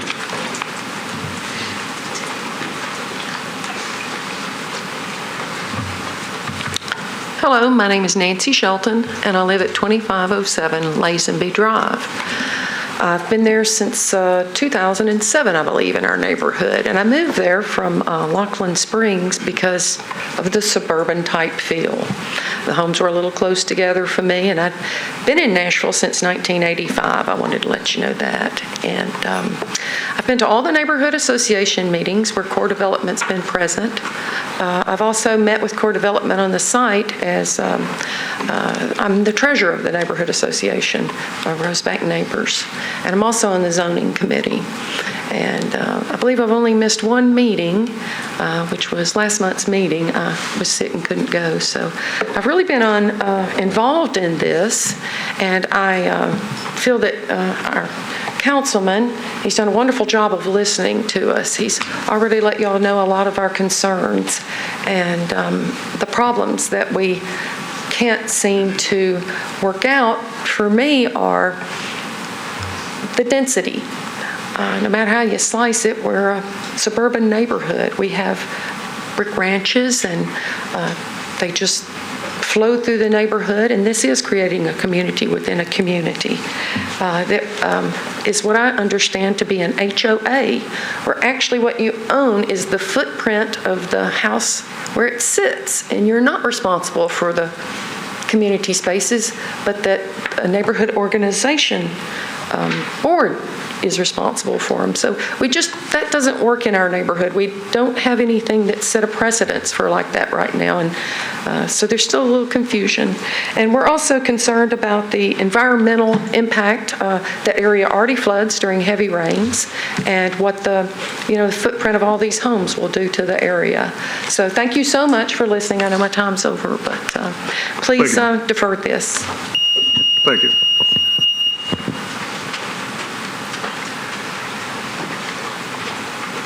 I'm Mary Pinkerton. I live at 1103 Preston Drive, which is the block between Carter and Rosebank, living in my parents' house. They moved in 1958. Grew up, went to area schools, have taught in area schools, and very concerned about changes in the area. I called someone at a builder in a metro office, and he said, well, with the new zoning laws, there's nothing you can do. But now I'm finding out, well, actually, there are some things you can do, so I'm trying to learn what I can do. I think the density is a bit much. It used to be agricultural long ago. I know lots of things change. I know people move in, but I wonder if there are underground springs there. I wonder if anybody's checked the rock strata out. I'm wondering about the plumbing. And you've got schools, you've got Rosebank, you've got Stratford, you've got Dalewood, how that's going to be supportive of traffic. I know in my own block, I know what my neighbors want regarding some of the things that have been built on Carter is pretty abominable. Two-story huge, no space between, too close to the streets. I go out my back door and there they are. They can look at me off of their balcony. But I'm in the process of trying to figure out what to do about a survey to stop things, what we can. I just think, people need, we have one-level brick ranches. And I think to build a two-story duplex next to another two-story duplex, next to another two-story duplex is a little bit much. And I don't know how the density and the height is going to be proposed there, but it looks like a lot to me, so I'm against it. Thank you. Thank you. Anyone else wishing to speak in opposition? Seeing none, the applicant has 2 minutes for rebuttal if you'd like.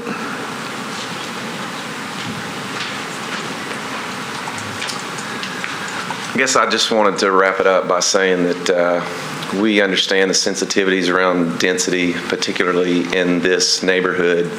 The one thing that we have from the beginning felt confident about in terms of pursuing a cottage development on this parcel is at the end of the day, the irregularity of the parcel, the fact that the density that will be realized on the lot is virtually concealed with really only about 100-foot frontage on Rosebank. You had obviously an unimproved right-of-way that will not be connected. You've got about 25 or 30-foot grade differential around about half of the parcel. There's a real kind of nook condition where, again, the density will be placed. And again, with generous courtyards, these are single-family detached homes at 2 stories, not duplexes, as I think what was mentioned just a moment ago. And then I guess the other thing that's important to think about too is just in terms of infrastructure, and obviously through the staff report after having reviewed, the infrastructure is there to support the development.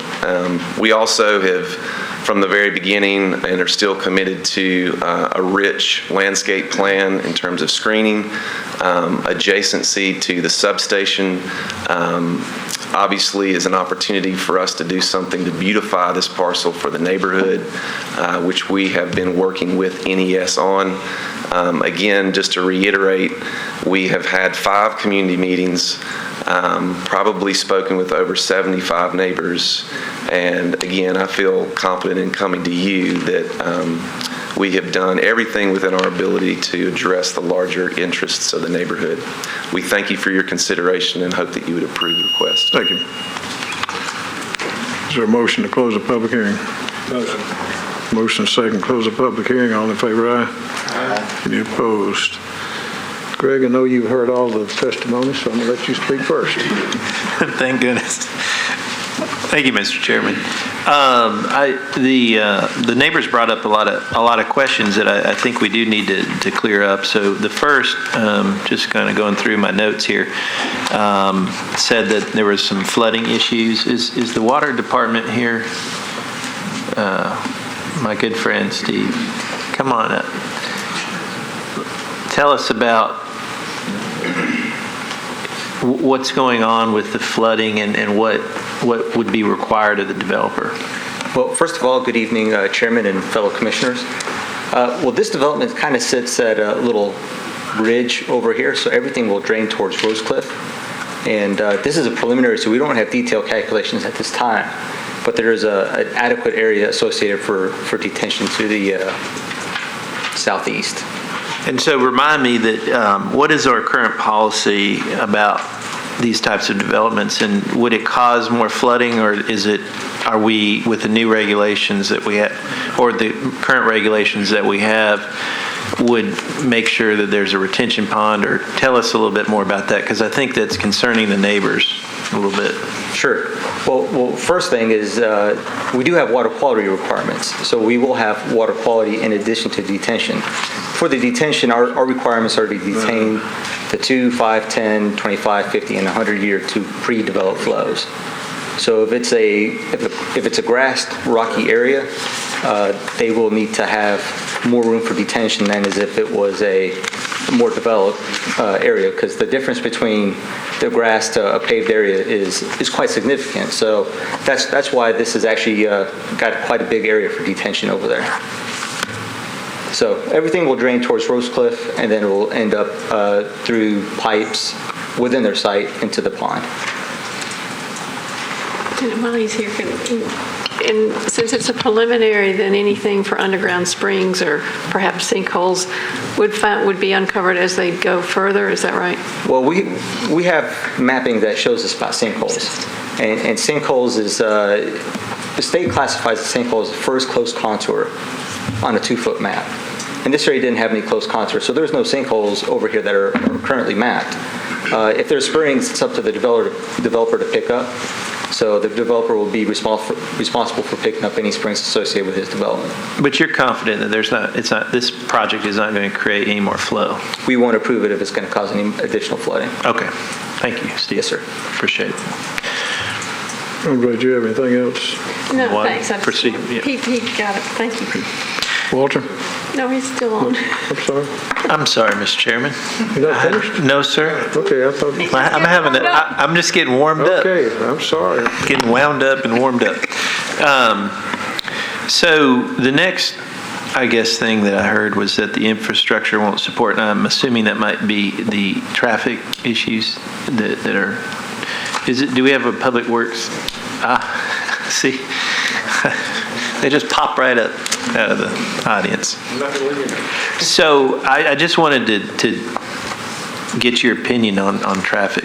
As far as traffic, we do have adopted guidelines that we have thresholds that have been adopted that look at levels of traffic studies. For this development, with the number of units proposed, the way we look at these is based off of it's studies that look at trip generation for this one in a peak hour for the evening. For peak periods, looking at about 35 cars that this development will possibly generate during the peak hour, which is most time you're going to have more cars that are traveling closer in increments.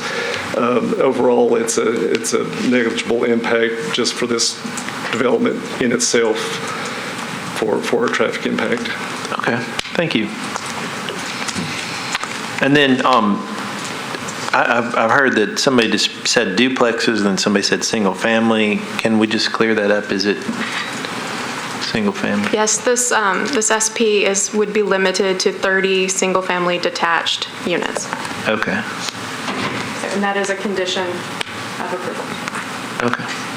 Okay. Well, that answers my questions about the project. I'd like to hear what other commissioners have to say, Mr. Chairman. Andre, I'll go back to you. If you turn your microphone on. Thanks. I just had a question. That answered a lot of mine. On your notes, the conditions where we say that ownership may be the horizontal property regime, which is what was described, or a subdivision, the minimum lot size of 1,000. I was just curious that it was either or. Because we don't know if there will be a subdivision or a horizontal property regime at this time, we wanted to go ahead and put conditions that would cover both scenarios so that we could address it at this preliminary phase. Okay, thanks. Okay. Walter? I don't have anything right now. Okay. William? Nothing right now. Hunter? I think this is a good plan. I think this site is a good opportunity. Sounds like the developers and their team have done everything they can to minimize some of the impacts around the edges to some of the neighbors.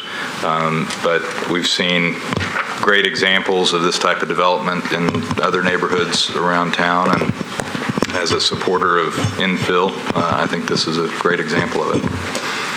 Stuart? Well, I agree completely with what's been said, and with Hunter especially. This is an opportunity with this kind of area to really do something special.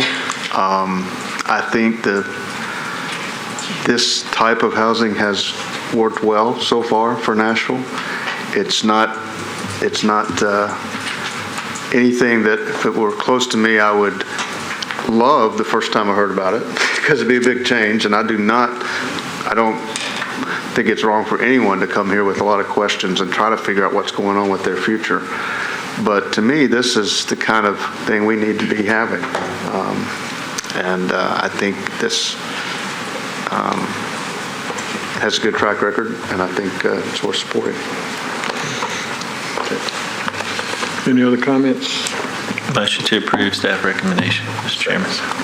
Okay, motion and a second to approve with staff recommendations. All in favor? Aye.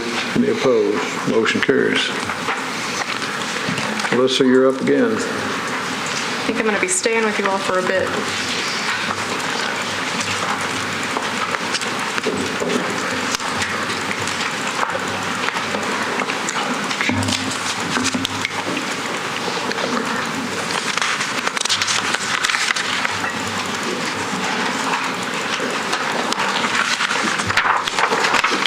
This is your area.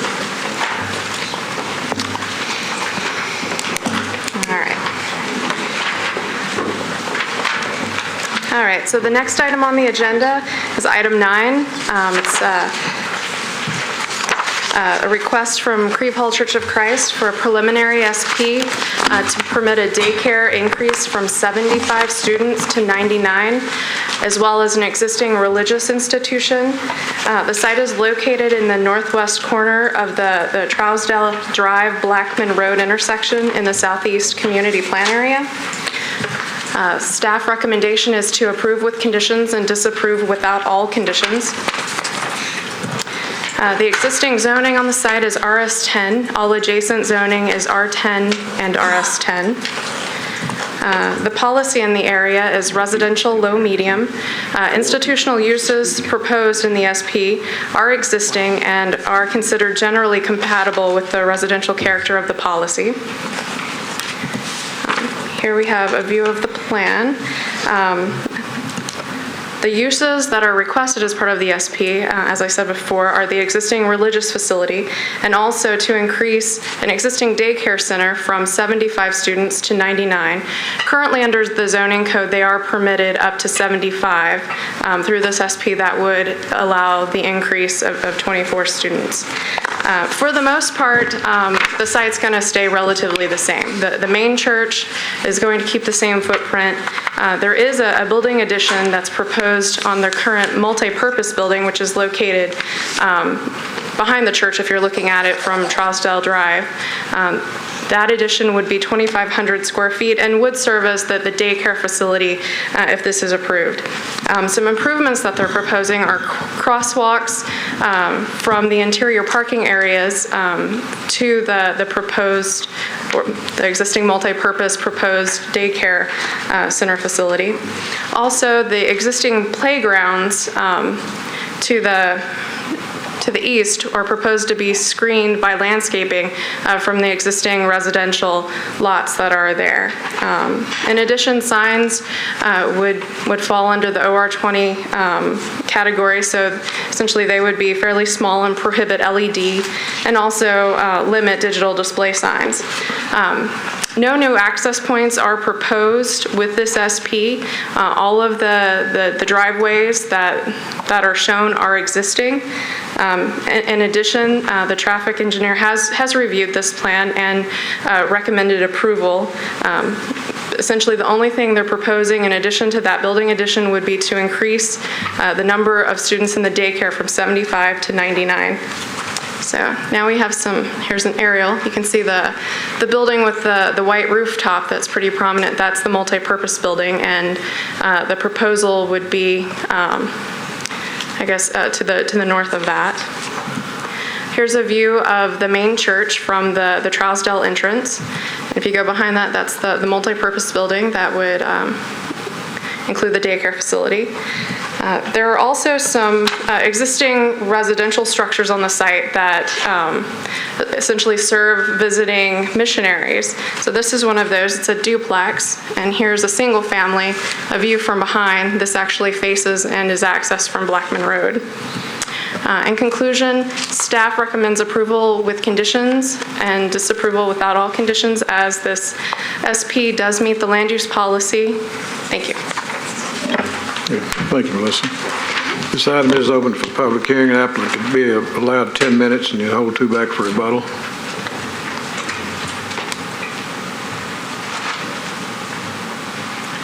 My name is Sam Bohannon. I'm with Ingram Civil Engineering, the civil engineer on the project. Address is 240 Wilson Pike Circle, and that's in Brentwood. I'd like to thank the council for hearing us. Also like to thank Metro staff. They've been a big help with the process. Did a good job of describing what it is. In the church facility, there's the church services. There's also the daycare facility, which is currently at 75 students and rated to be as high as 75 students. The existing daycare facility is currently in the main church building there. And the main access for right now is off of Trousdale Drive. That's where most of the people come in. As part of the SP, we want to be upgrading to 99 students available. Still, the access would be from the same road. It would be from primarily from Trousdale, similar traffic patterns. The hours of the church services are a little different from the hours of the daycare. The daycare is on the weekdays. Its core hours are 9:30 a.m. to about 3:30 p.m. Which is where most of the students will be there. It's got some extended hours from 9:30 or starting at 8:30 a.m. to 3:30 p.m. The church services, which are at the larger traffic generation, are separate. They're on Sundays and Wednesday evenings, several hours after the closing. As staff mentioned, we're not wanting to have any kind of new drives. There is one, where they're renovating an existing building on site, taking them from the main building and putting them in this existing building where they're renovating. Needed to add a small addition to accommodate the 99 students and try to bring everything up to code so that they can keep on with the current daycare services they're providing. Worth mentioning, there's no new connections. All the drive connections are going to be the same. Parking generally the same. Most of the students do come from the local area, the Creve Hall neighborhood area, so there's not a lot of traffic coming in from outside. And thank you for your time. Thank you. Is anyone else wishing to speak in support? Seeing none, anyone wishing to speak in opposition? Could each come up to the microphone and give us your name and address and line up behind each other? And before we do that, can we get a slide back up there, the first slide with the bullet points on the left, please? That's a good one, yes. Thank you. My name's Charlie Ignacek. I live at 4805 Timber Hill Drive, and thank you, Mr. Chairman, and the rest of you commissioners. And a bunch of my neighbors and I have come here. Some of them are just a little nervous about speaking. We're concerned with traffic. Sam just referred that a lot of people live in Creve Hall. A lot of the students, well, unless they're walking to the daycare, they're going to drive right past our streets. And my neighbors who are here with me, they live on Richmar Drive, Briarwood Drive, and Timber Hill Drive. And these are all surrounding streets. I have my little laser pointer. I don't know if y'all can turn around, but especially before and after church services, and now it sounds like in the mornings there's going to be an increase in traffic, but it's already very disconcerting before Wednesday services and after Wednesday services and Sunday services, before and after those.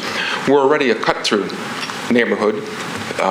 We live just one block off a Harding Place, which services probably tens of thousands of people and their vehicles coming off of I-65. I haven't seen any of those little vehicle counters, those little black hoses in our neighborhood doing any sort of traffic study. So I'd say I'm running out of time. I've got a lot to cover. I guess we're also concerned with an SP versus a variance. We went through some conditions with the church earlier in 2008, and they're very good neighbors to have, and they met a lot of the conditions. They controlled a lot of the water and runoff. So, there's some things we'd like to be able to work through with them, and maybe have you all approve this if this is just for this daycare with some additional conditions. We just don't want to give them carte blanche to then go ahead and use a bunch of their other grass surfaces and put up more impervious surfaces. Thank you, sir. Thank you.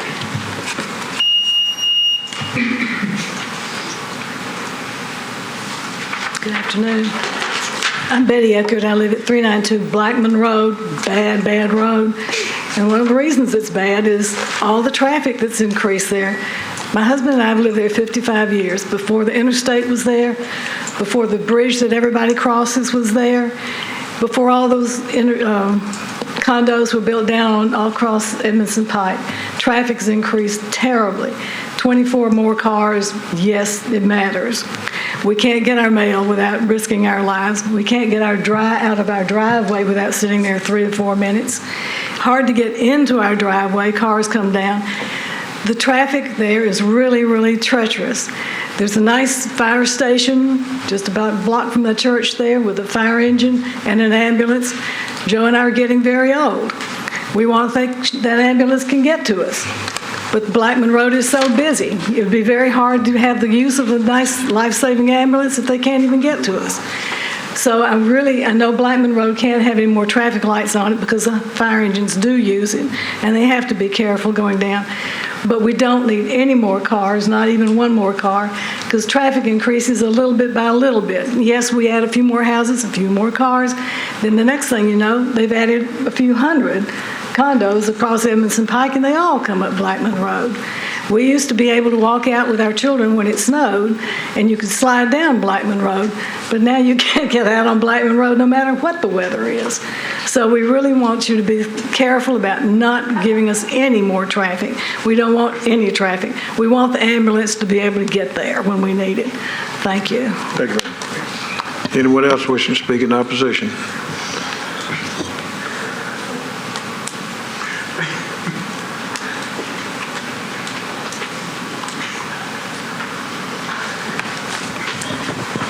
I am Barbara Waite.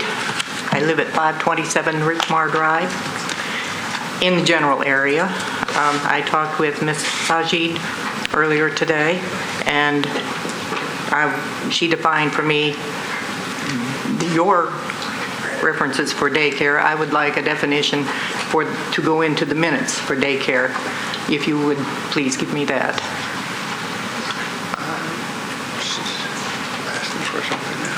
What ages are we talking about? What groups are we talking about?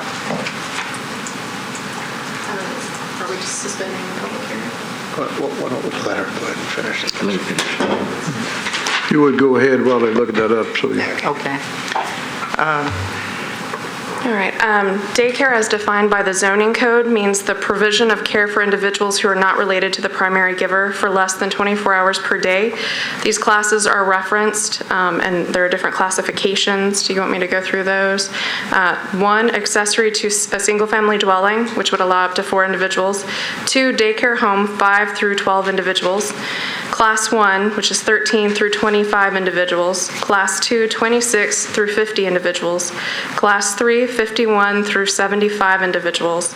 Class 4, more than 75 individuals. Parents day out, daycare for pre-teenage children that is not open for more than 12 hours in any 1 week. And 8, school daycare, daycare centers of unlimited size for before, during, or after school programs.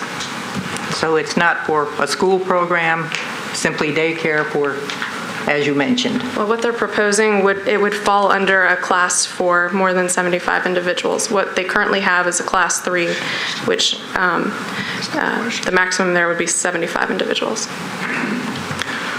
So there's one already there. Yes, ma'am. Okay. My other issue is one of traffic. And as you've already heard, it's really bad in that area.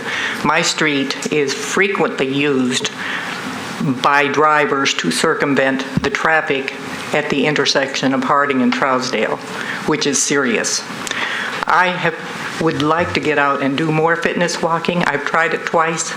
My life was in jeopardy both times. So I want you to keep the traffic in mind.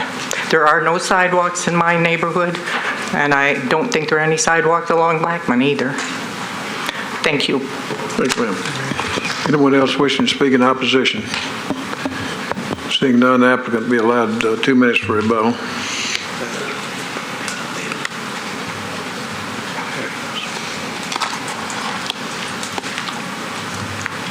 Yes, I know one of the things that was mentioned was the stormwater in 2008. And with this project, we'll have the stormwater won't be an issue. We're actually building over area that is currently parking. It's asphalt primarily.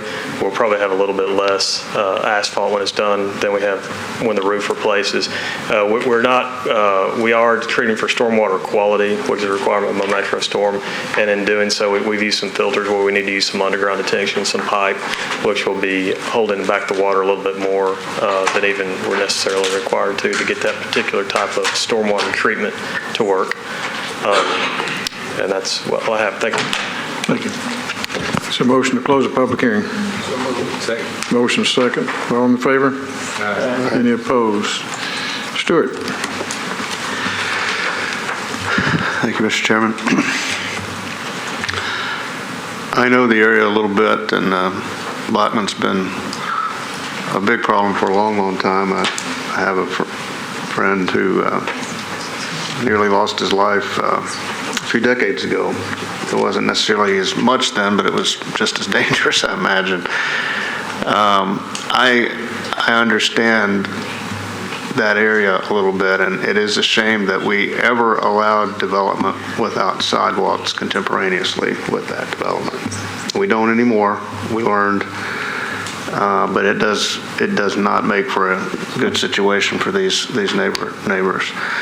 On the other hand, one of the best things a community as a whole can do for its people is quality child care. And we have very regulated child care in Tennessee, very high quality, with the star rating system that rewards excellence and just a really pretty good system. And I know that's best provided in areas where people live. So I'm certainly for the idea of having good quality child care, particularly where you have sort of a mixed use, where part of the week some groups are coming there in cars and the other part the child care would come. So I'm very, I think overall that's a good thing.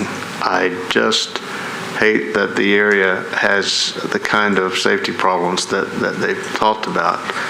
But I have a feeling from everything I kind of read between the lines and heard that this church has been a pretty good neighbor and probably will be with or without this approval.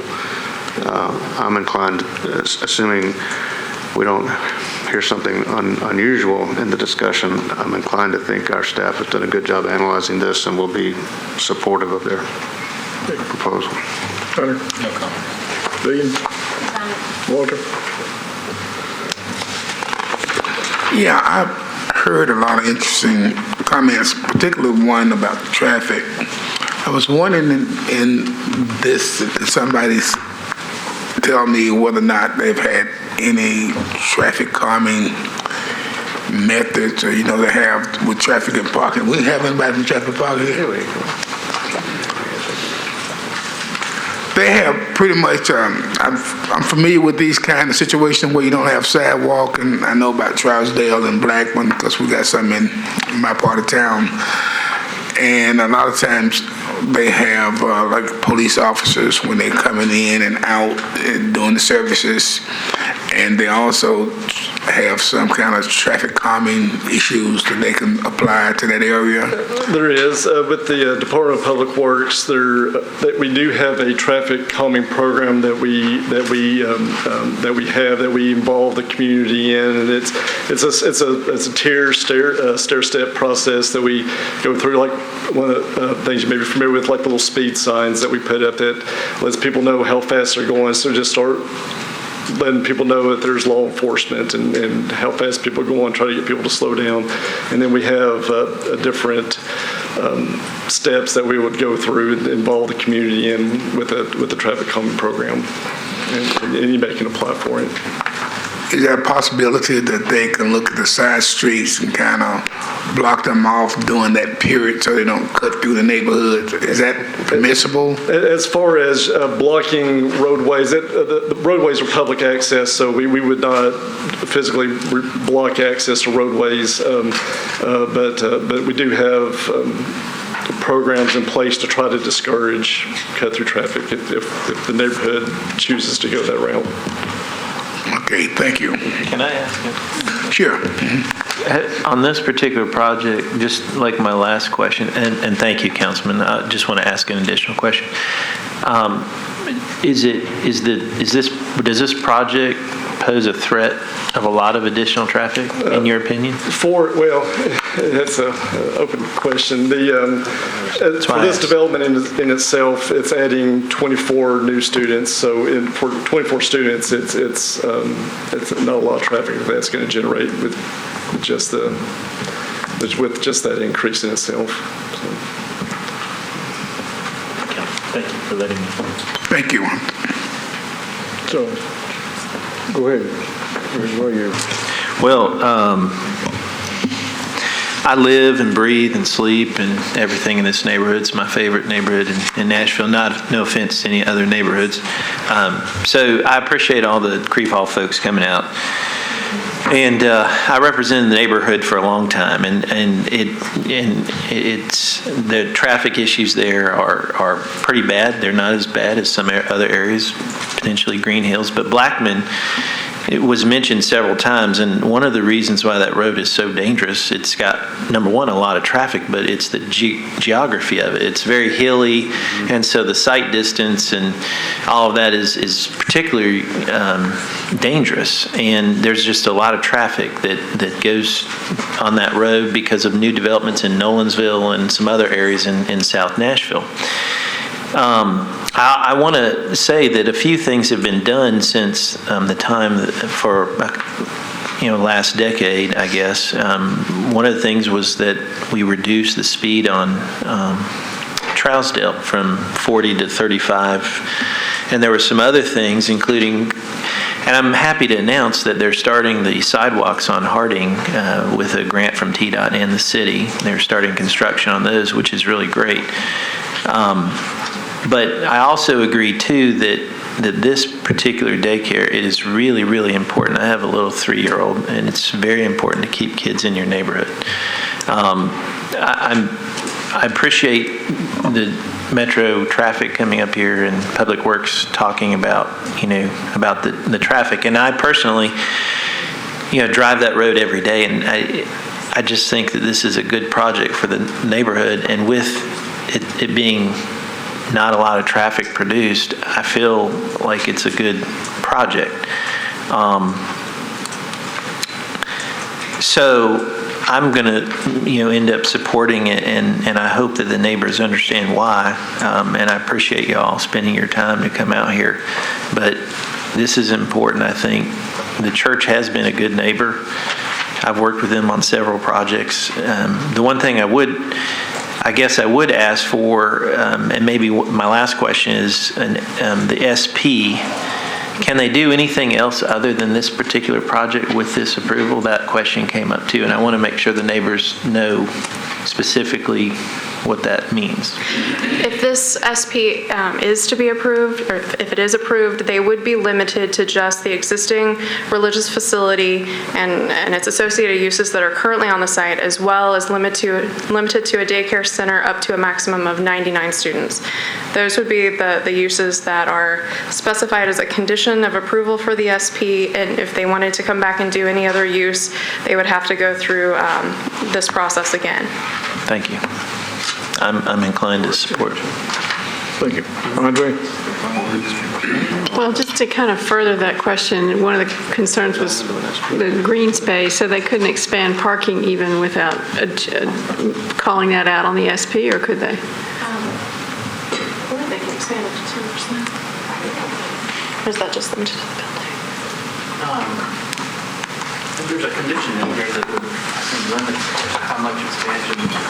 Right, they would be limited. However, I think it is important to note that even though they are expanding the multi-purpose building into existing parking, they're well over what the zoning code would require for parking, like by, I would say, over 120 spaces. Taking that into consideration, there is a condition that would allow minor amendments, any large amendments, building expansions, change of use, probably additional access would have to come back through the commission. There is a condition that limits that says any additional square footage or floor area beyond what is approved would have to go back through council. Okay, thanks. The other question I had was, it sounds like regarding the parking and the traffic, to help the neighbors, I think I heard from Public Works that the neighborhood itself can apply for some of the traffic calming programs, or one or more, whichever level is they sort of have a unanimous, I guess, interest in. So that's one thing that the neighbors can do, but my question was, if it's an SP, can we require anything like during pickup and drop-off time, there were somebody directing traffic out in the street for this daycare, for example? I don't know if we can say anything like that or not. I mean, I know sometimes we can say that it has to be a red light or whatever. I think you could. I think you could add conditions to this SP. I mean, normally what we would do is work with Public Works to analyze if there's any additional traffic conditions that are added, something that Public Works would be agreeable to, because I don't know how those conditions would impact the overall network in the area. It has to make sense on the flow. So we wouldn't typically do it without consulting them. Yeah, I guess I would like to suggest that we could make that suggestion to the applicant and the council person that they work with Public Works to consider traffic direction at pickup and drop-off time, because sometimes that can help ease the flow of traffic a lot if it's being directed in an organized fashion. It happens, I've seen in other schools, my child goes to a school where there's a police officer there every day, pick up and drop off, and it makes a Tennessee state highway flow even in rush hour. So I know it's effective when it matches with those Public Works analysis. So I would like to suggest something like that to be considered for this site within the SP restrictions, if we're going to approve it. Would you like to make a motion and put the suggestion part of it?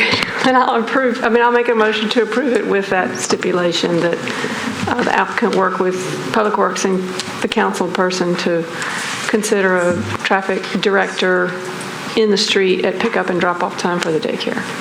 Okay. Is there a second? Stuart, do you have a comment?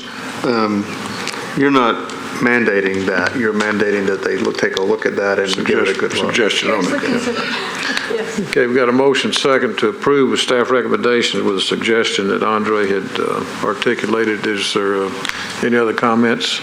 Seeing none, all in favor? Aye. Any opposed? Motion carries. Alyssa, what'd you do to have to do all the work today? I got the short stick. Carrie assigns the cases, so she must have done something to Carrie. Our case is going to come You get tomorrow off. Nope.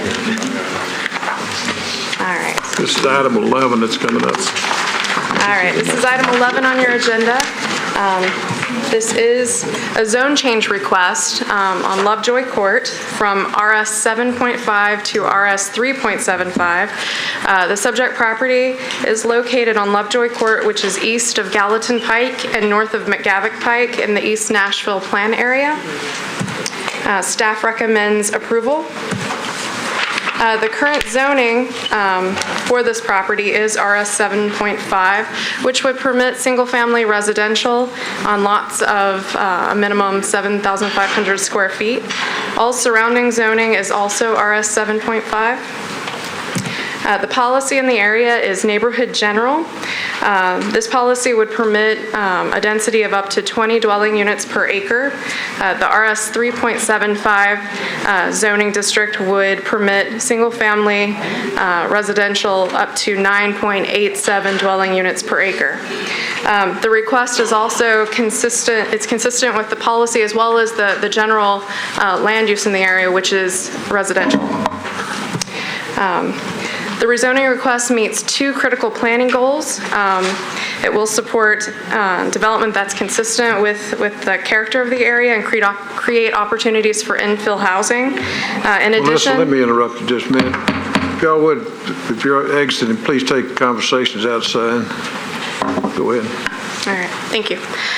In addition, the subject property is near existing transit routes, and the additional density that's supported by the RS 3.75 will help support this transportation option. Here I've added a map. The orange lines show existing transit routes. The subject property is highlighted in red, so you can see it's kind of smack dab in the center of an area that's well served by transit routes.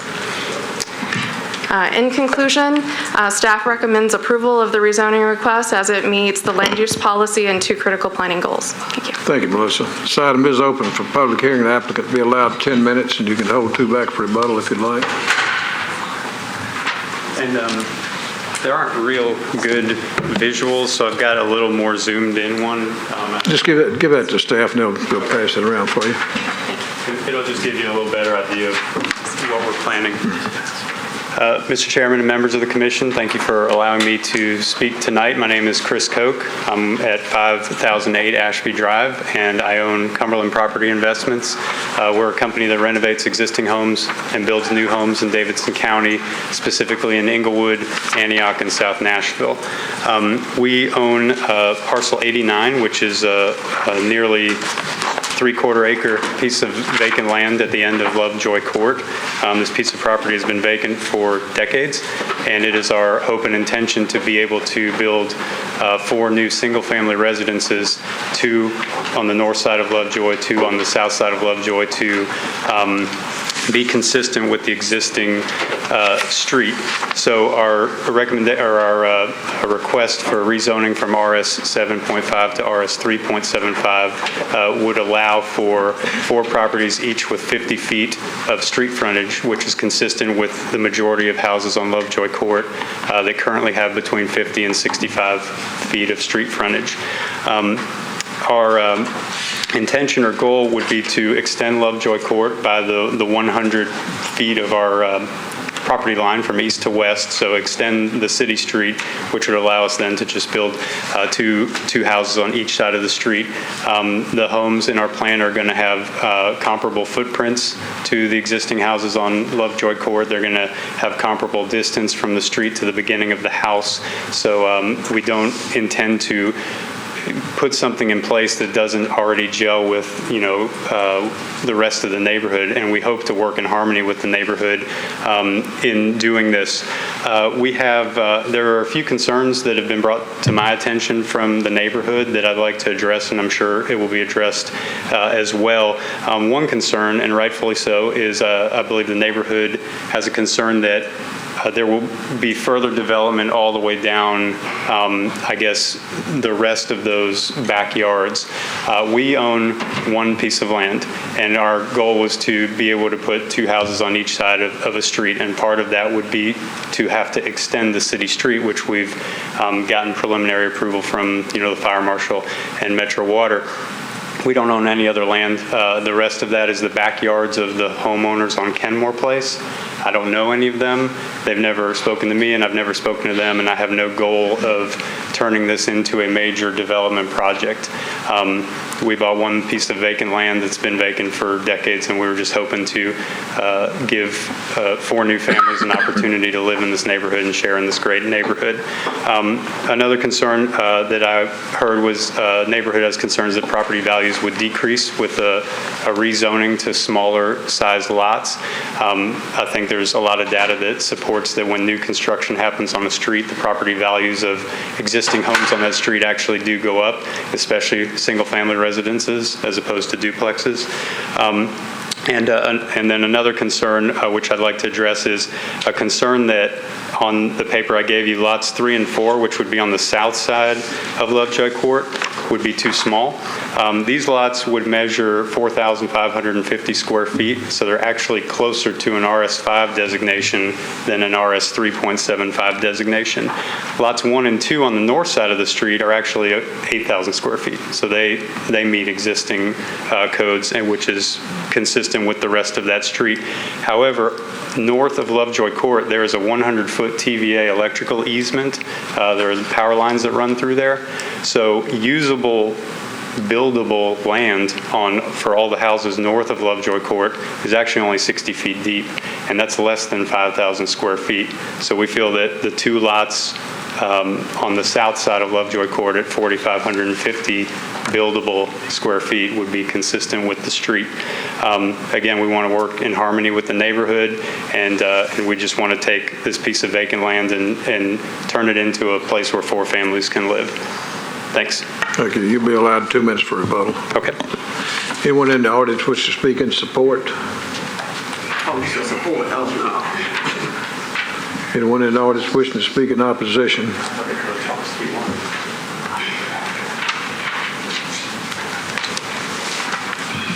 Hi, my name is Linda Tyler Goins, and I own the property at 1317 Lovejoy Court. And I didn't even know about the builder had even bought the property. You know, a lot of us, we found out through the mail. And a lot of our neighbors are not here. My next door neighbor has Alzheimer's, so she couldn't come. The daughter has to take care of them. We have a lot of elderly people in the neighborhood, and we have a lot of grandmothers raising children, so they can't come to this meeting and stay 2 and 3 hours.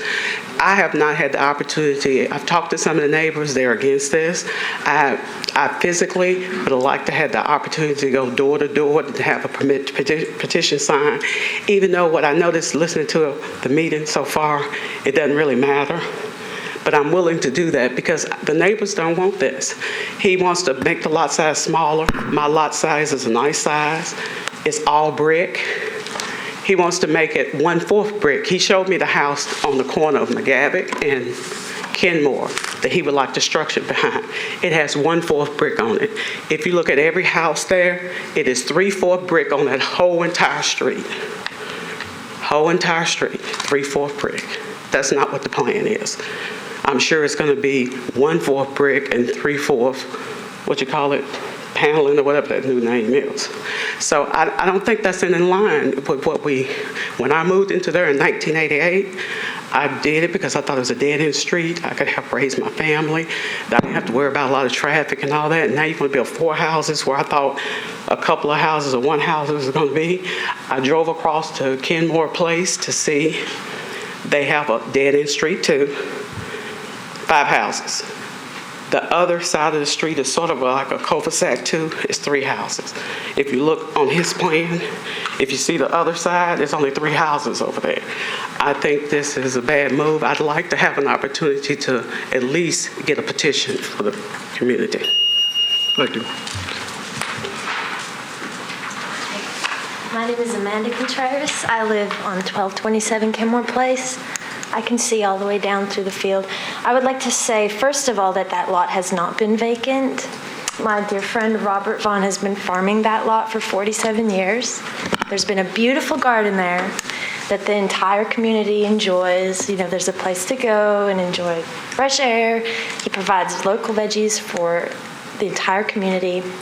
Also, I would like to say that I have had multiple builders offer to buy.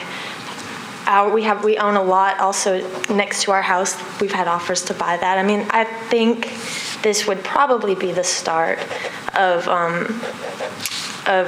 future, development back there. We've got a lot of green space, and that's what I think makes our neighborhood so special, is that we can go outside and really, really enjoy the space.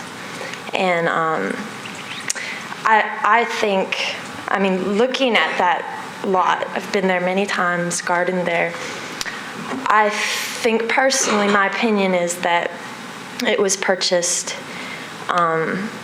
It's a lot. Maybe you could put 1 or 2 houses on it, but I just think that it's a money-making venture. And that's all I really have to say about that. Thank you. Thank you. Anyone else wishing to speak in opposition? My name is Billy Contreras. I live at 1227 Kenmore Place. I just want to say a couple of things. Look on their website and it says their goal is to improve and beautify Nashville neighborhoods.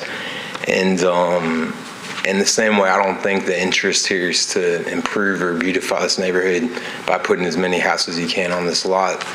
And one of my main concerns too is the development of that land down there. There's a big gardening area further down there.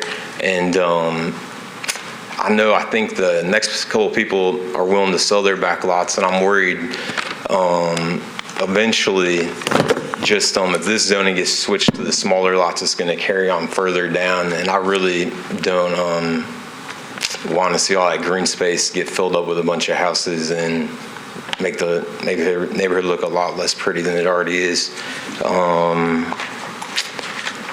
And then the only other thing that I've heard some talk about is a road connector to Gallatin somehow or some way. I'm guessing if it keeps getting further built down. I guess I'm just opposed to it for those reasons. Thanks. Anyone else wishing to speak in opposition? Seeing none, the applicant now has got 2 minutes for rebuttal.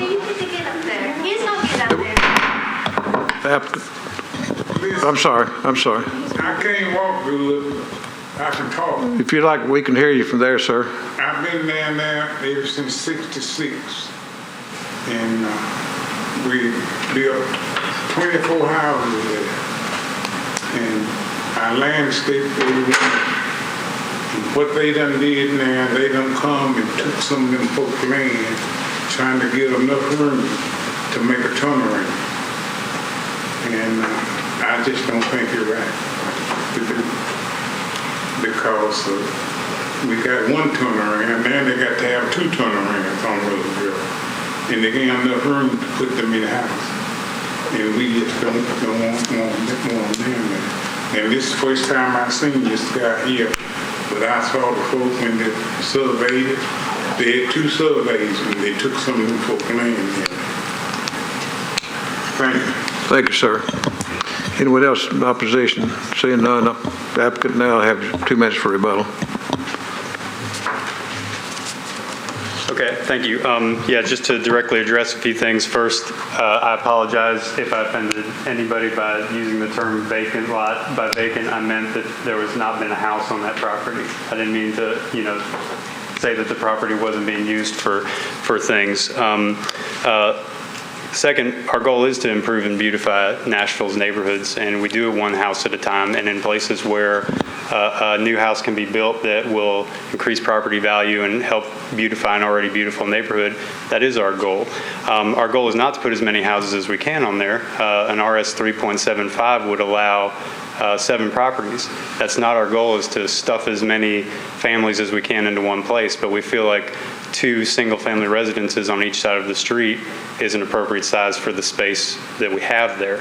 And then lastly, it is a dead-end street where kids play. It will continue to be a dead-end street where kids play because we only have 100 feet of additional space that we can put street on. It will still end at the end of our piece of property. The existing turnaround actually will remain in place. There's not going to be a second turnaround. The fire marshal approved the turnaround to remain where it is, and it's actually a good thing. As it stands now, you cannot turn a fire truck around on Lovejoy Court. So if a house caught on fire on Lovejoy, it cannot make that 45-degree turn and then turn around. What extending the street 100 feet for our 2 houses on each side will allow is a fire truck to now do a 3-point turn reverse out. And that was made known to me by Mr. Wallace when we started discussing measurements over at the fire marshal's office. Thank you. Thank you. It's a motion to close the public hearing. All in favor, aye. Any opposed? Hunter. Thank you. I'd like to ask. You call me? Oh, Hunter. No, I'm sorry. You go ahead, Rob. Go ahead. We'll just come this direction. You're fine. No, I don't think I have any comments there. I was curious about how many acres is. Wait a minute. How many acres exist at that location? This property is 0.68 acres. 26.8 acres. No, sir. 0.68 Oh, acres. 0 word. And so, and that permits about 7 units? I'm going to be put on that? Yeah, under the RS 3.75, that would permit up to 7 units. Of course, that doesn't take into account, they would all have to have frontage on a street. So is it single dwellings? The zoning is limited to single-family residential. No duplexes? No, it is not zoned for duplexes. Okay, thank you. Mr. Hunter? Lillian? I have a question. One of the concerns raised was the amount of time that residents were given to kind of address these concerns here today and whether they would have an opportunity to do that at a later time. Can you talk about the notice that the residents were given of this? Right.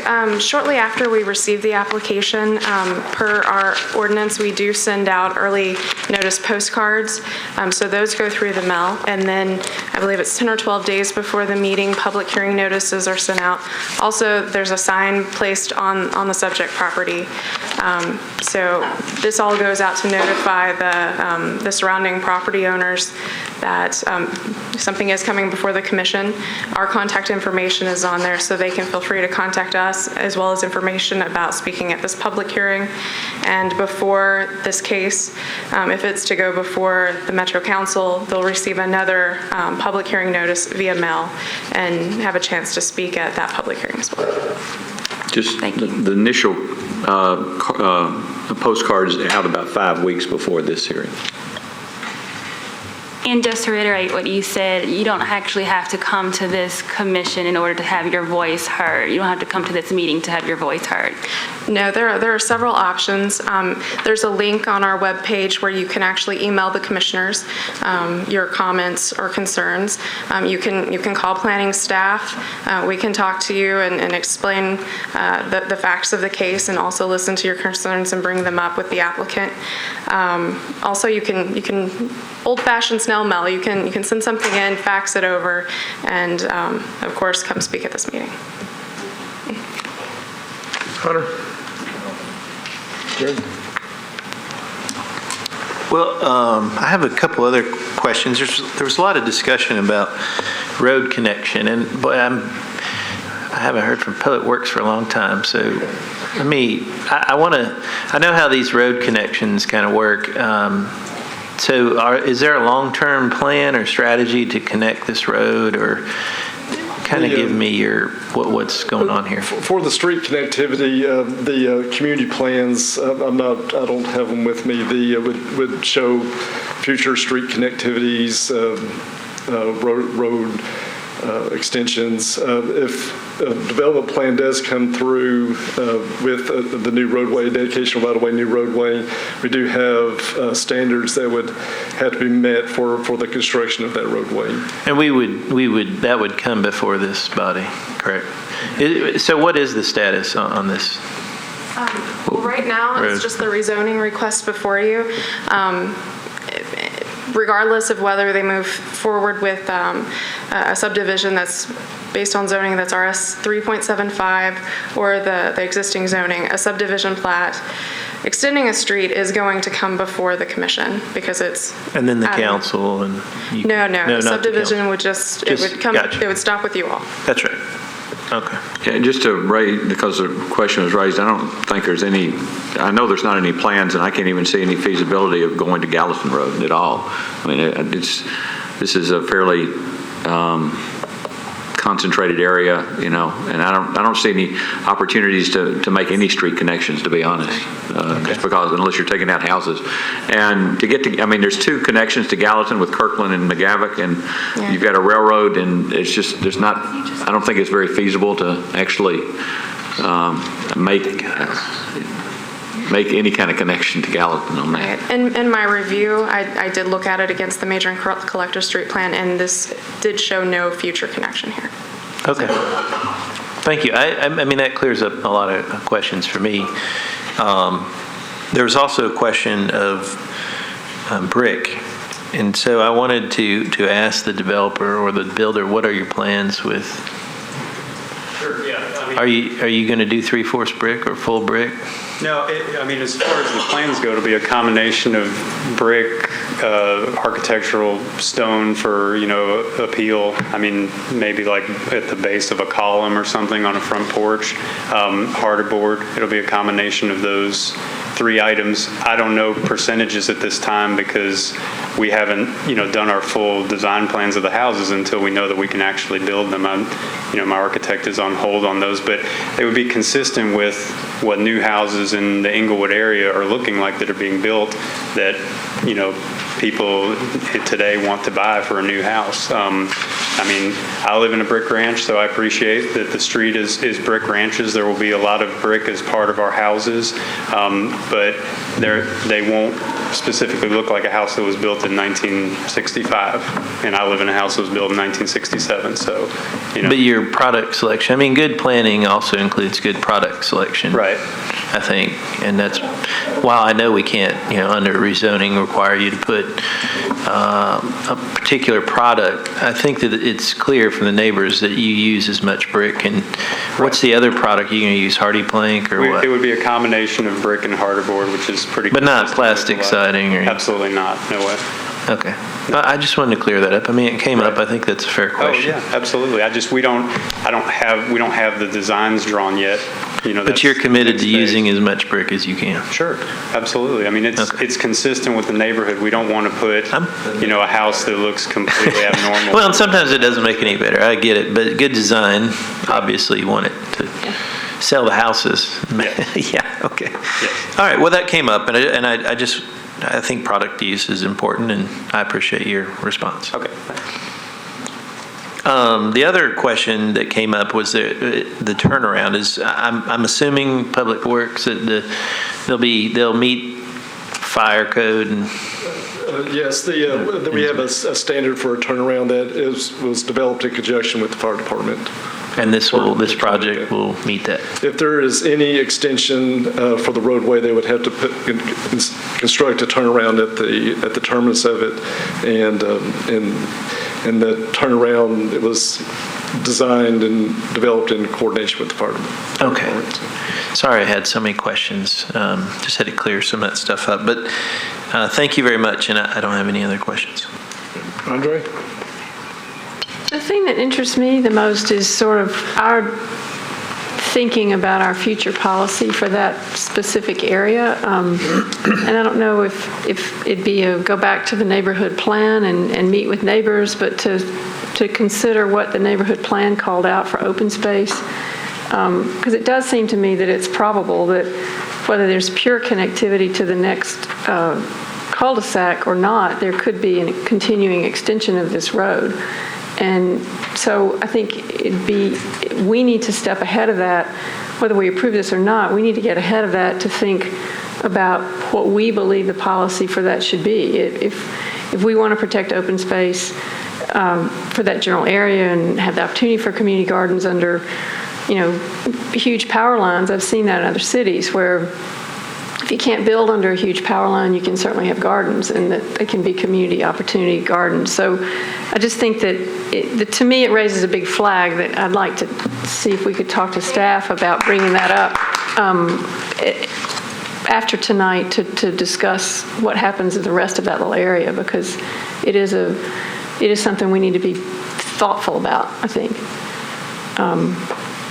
Even if as I said, whether we approve this or not, we need to decide what we're going to do in the future beyond it. Any other comments or a motion? Motion to approve? Is there a second? Motion second to approve staff recommendations. All in favor? Any opposed? Motion carries. Anything from Historic? Winter? Okay.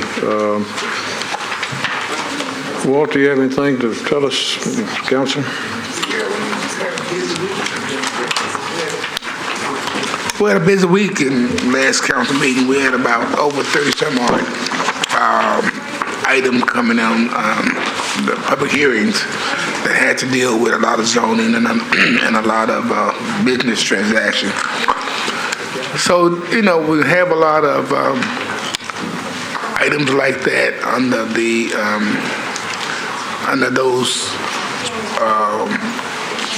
hearings, it seems to tell us there's a lot of stuff going on in the community. So there was a lot of 35 items under the what they call the public hearings. Tonight we had public hearings, and that's unusually high. But I'm told that shows a lot of good positive production going on in the city. The reason that happens, dealing with other companies coming in and different type zoning. So it was a good night. Appreciate your report. Rick, anything? Not really. The director's report you have, I just would take note that Greg did pass out 2013 in a review, which kind of covers all the key items that there, and we're going to make that available. Our webpage is up, new webpage on Nashville Next, and right now that's all we have. Any other comments? Adjourned.